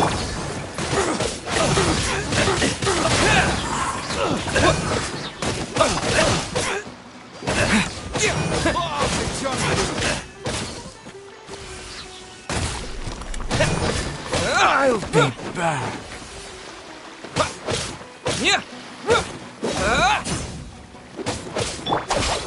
Lightning, shoot! Ready, steady, go!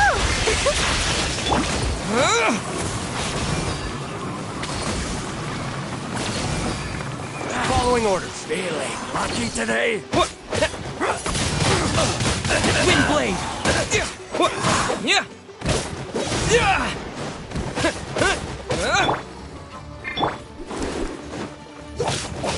Shiver!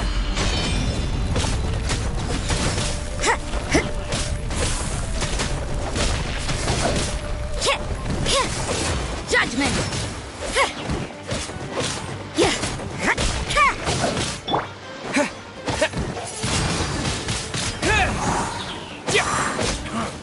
You want this one? Our bond is strong! Let's dance!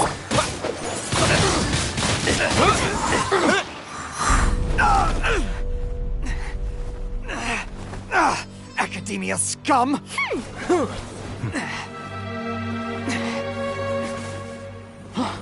Boss! Finally! Did you use it? Great! Now we can...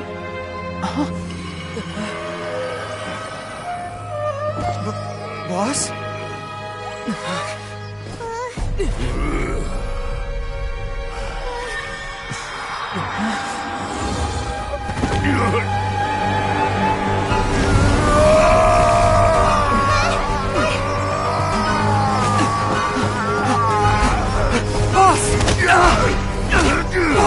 What's wrong? What happened to him? We have to cut his Akasha connection, now.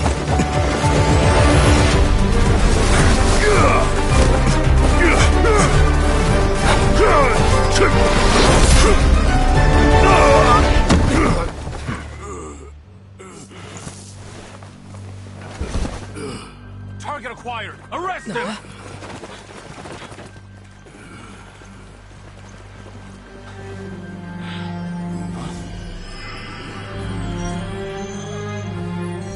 Do not impede our work. Is that understood, Al-Haytham? Of course.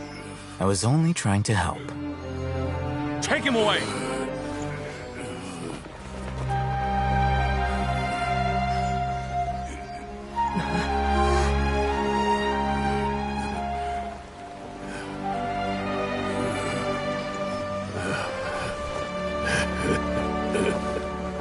World, forget me.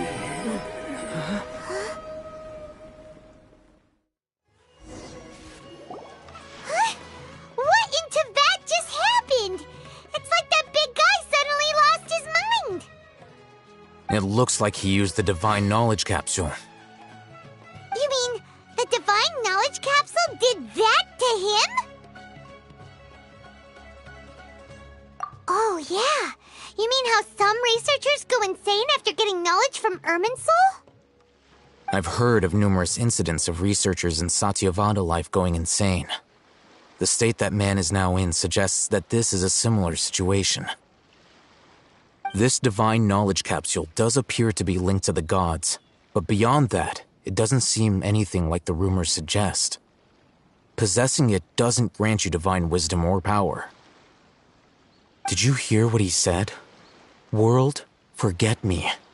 What could that possibly mean?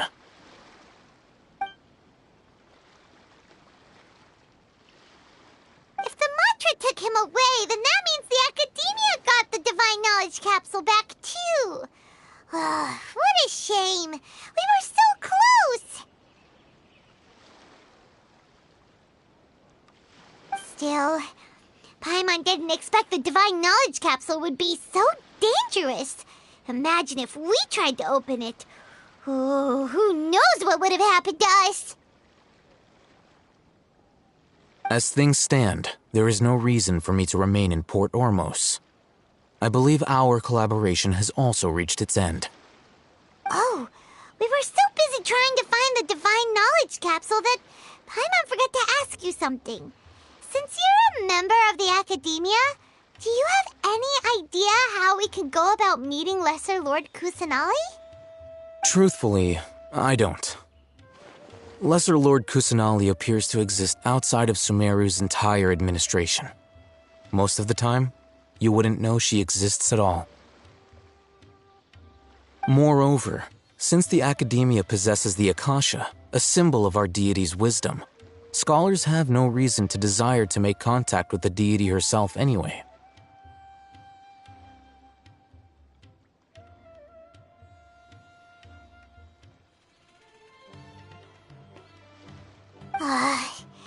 Everything about Lesser Lord Kusanali is such a mystery. I'm heading back to the Academia. How about you two?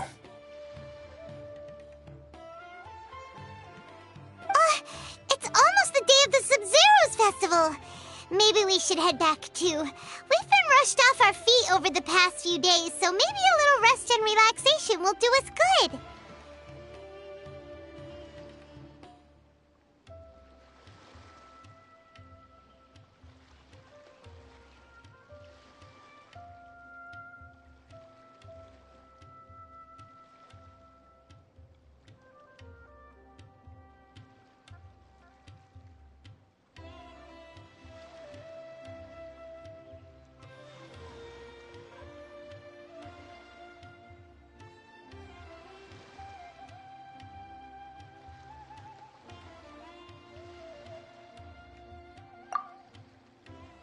Then we'll part ways here, Al-Haytham, until we meet again.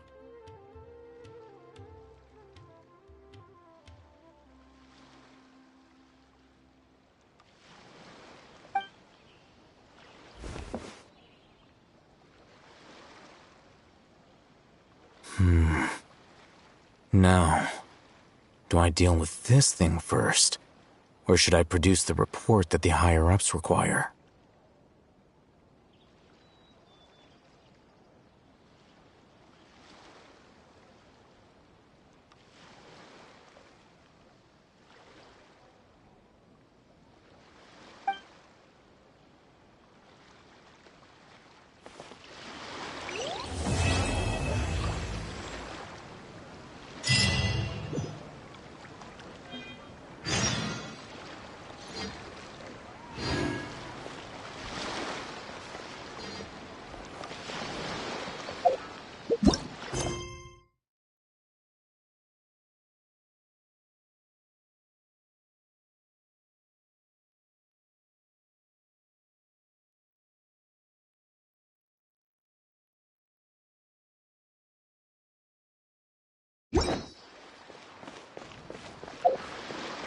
We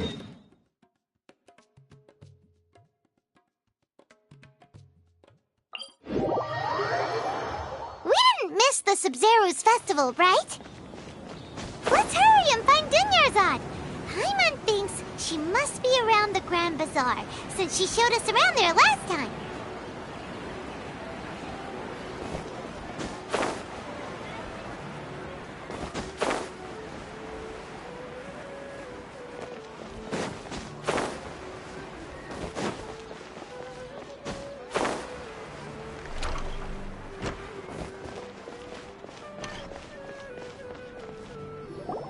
There she is! Dunyarzad, we're back!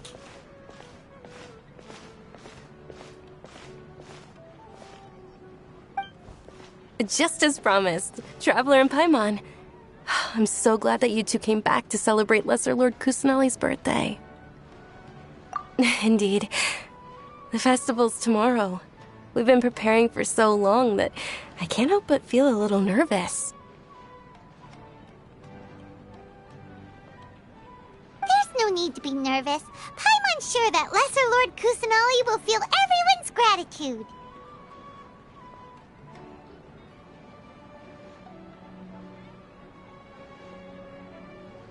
Thanks, Paimon.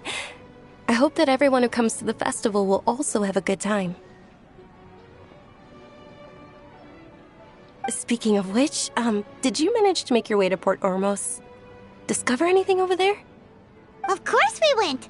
A lot of things happened there. I see. Sounds like you two had another exciting adventure.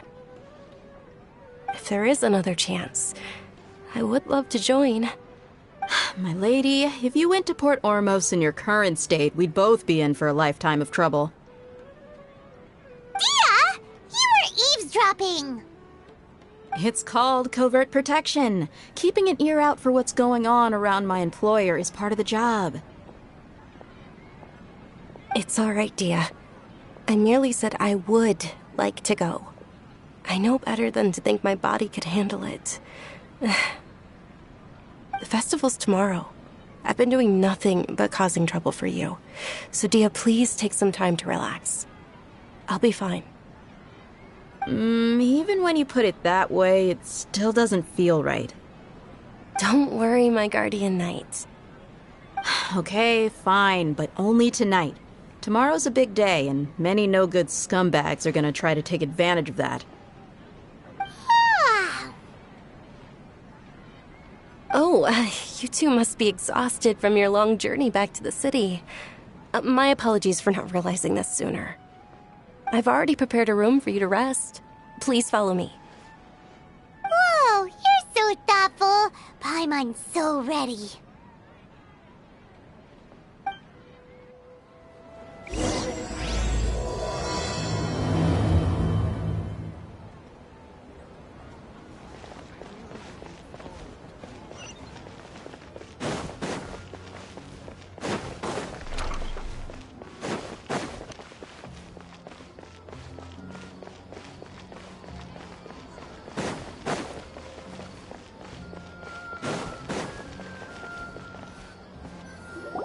Here we are. It's also fairly close to where I've been staying.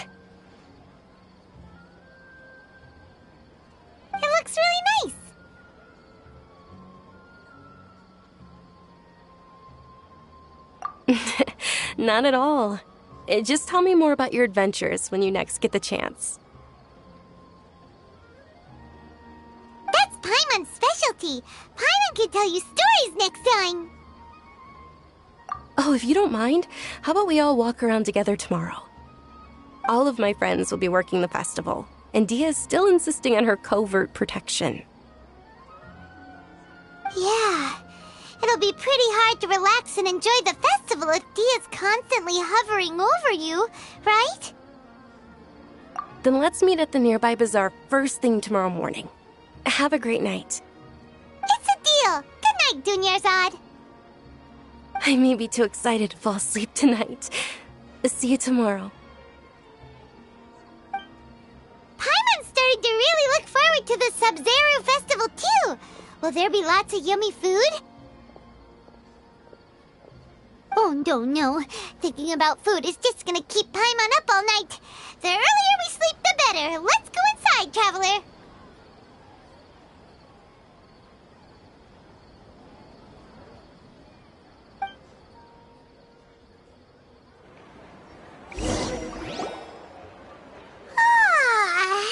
Did we oversleep?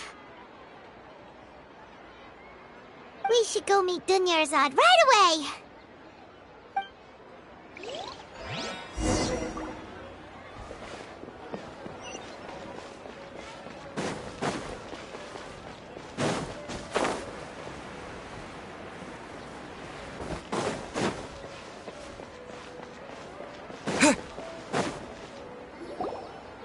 Traveler, Paimon, I've been waiting for you two. Good morning, Dunyarzad.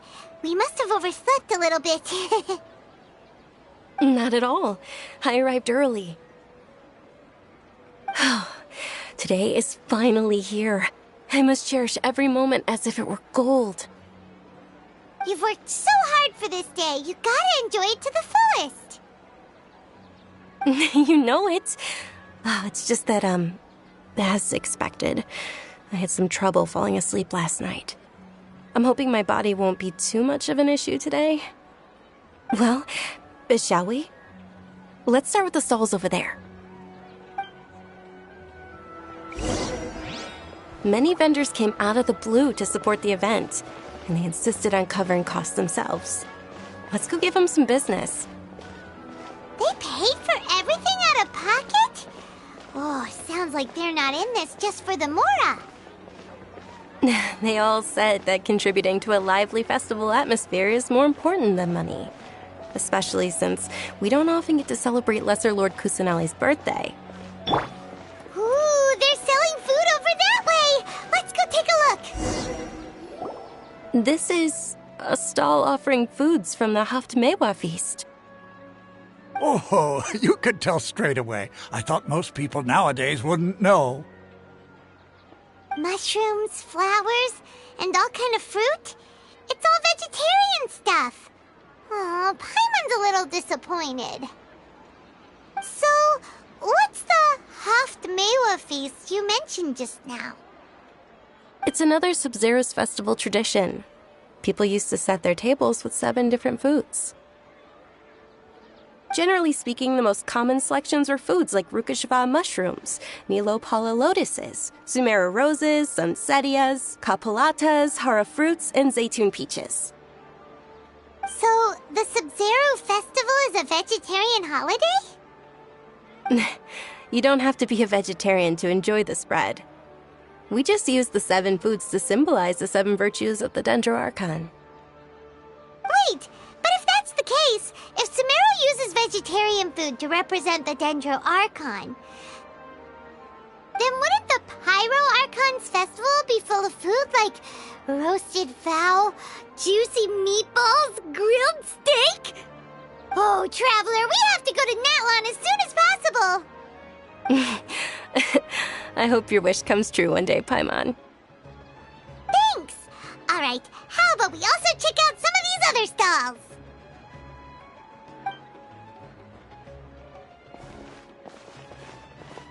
Dear customers, would you like to try your hand at alchemical divination?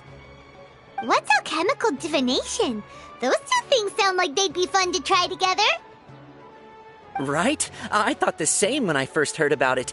It is said to be a mysterious craft invented by none other than Lesser Lord Kusanali herself. So, how does it work?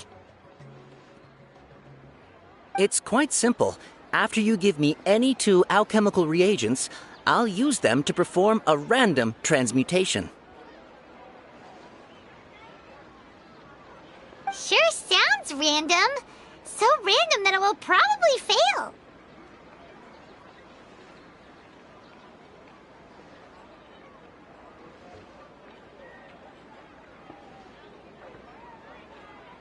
That is precisely what we need. After the transmutation fails, your one and only diviner here will interpret the remnants.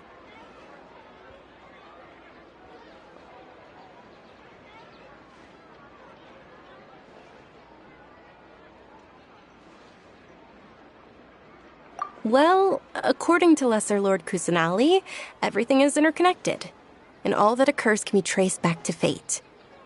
You could say this is a pearl of old wisdom. Why does everything sound so much more credible when Dunyarzad says it? Are you guys working together? So that's the true wisdom behind it. This young lady sure knows her stuff. So, how about it? Want to give it a try?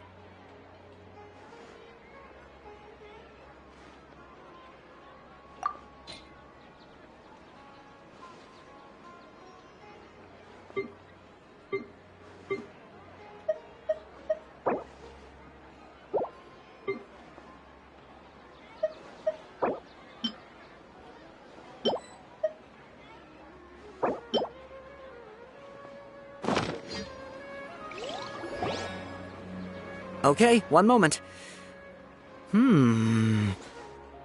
It's the moon. Paimon wants to take a look too! Is it? It looks more like a pie that Paimon bit into. Generally speaking, the moon signifies... It means... Wait a moment. Is he really looking it up in a book? Oh, I remember now. It means illusions and lies. Illusions and lies? That sounds rather ominous. Yes, but this book says that if you trust your intuition and overcome your fears, the sun will surely rise. He's not even trying to hide his book anymore. Naturally, fate will only ever show you the beginning of a journey. It is up to you to forge your own ending. Oh, thank you so much. I'll keep that in mind. Oh, it's nothing. I'm just learning as I go. Guess that was still pretty interesting. Okay, on to the next stall.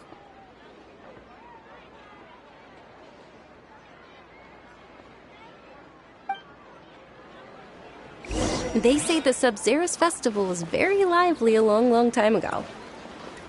Large flower carriages used to parade through the city. As they headed towards Port Ormos, people would throw flowers, candy, and liquor all along the way. Dunyarzad's eyes are sparkling right now. I wish I could have seen that spectacle. But if you ask me, I'm sure Nilu's Dance of Sub-Zerus would be just as impressive.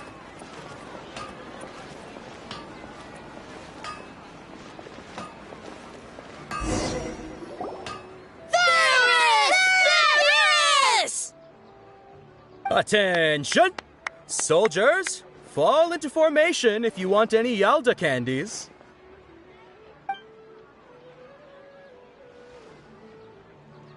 It's a weird guy with a weird hat. Hey, it's Dunyarzad! Wow! Miss Dunyarzad, the children love you even more than the Yalda candies. In the few short days it took to prepare for the Sub-Zerus festival, the children have all grown very fond of you. The Hallowed Knight of Flowers. It's an honor that you know my name. Attention! In the name of Ferris, the Knight of Flowers, I commend you on your contributions to the glorious Sub-Zerus festival. All right, little soldiers. Take your Yalda candies and don't forget your loyalty to Lesser Lord Kusanali. Dismissed! Yes, Knight Ferris! Just what is going on here? Ferris, the Knight of Flowers, is another Sabzeruz festival icon, and one immensely popular with children. In the past, the actor portraying Ferris would also sit on a flower carriage. It's all thanks to Miss Dunyarzad's sponsorship that the children can make such wonderful memories today. As are we to you, Vihar. Oh, not at all. Oh, speaking of tradition, do you want some Yalda candies? They're a festival staple, and I happen to have some boxes readied here. Take a look and pick whichever one you want. Whichever one? Don't these boxes all look the same?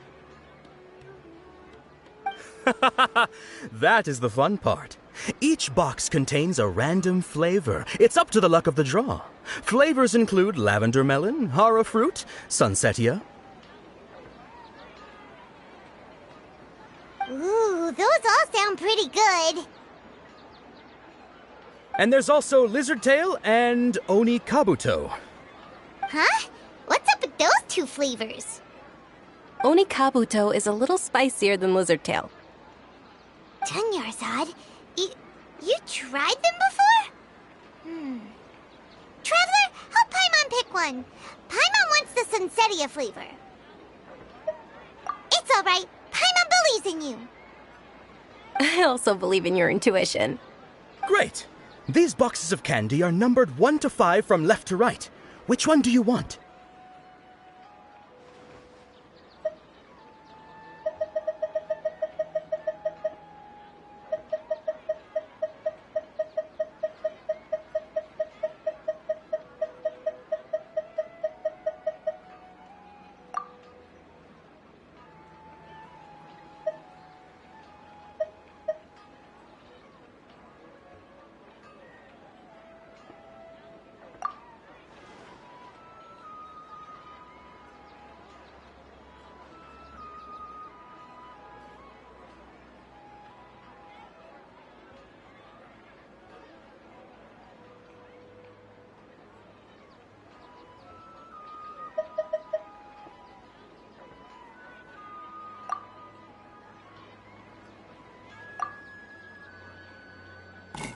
Attention!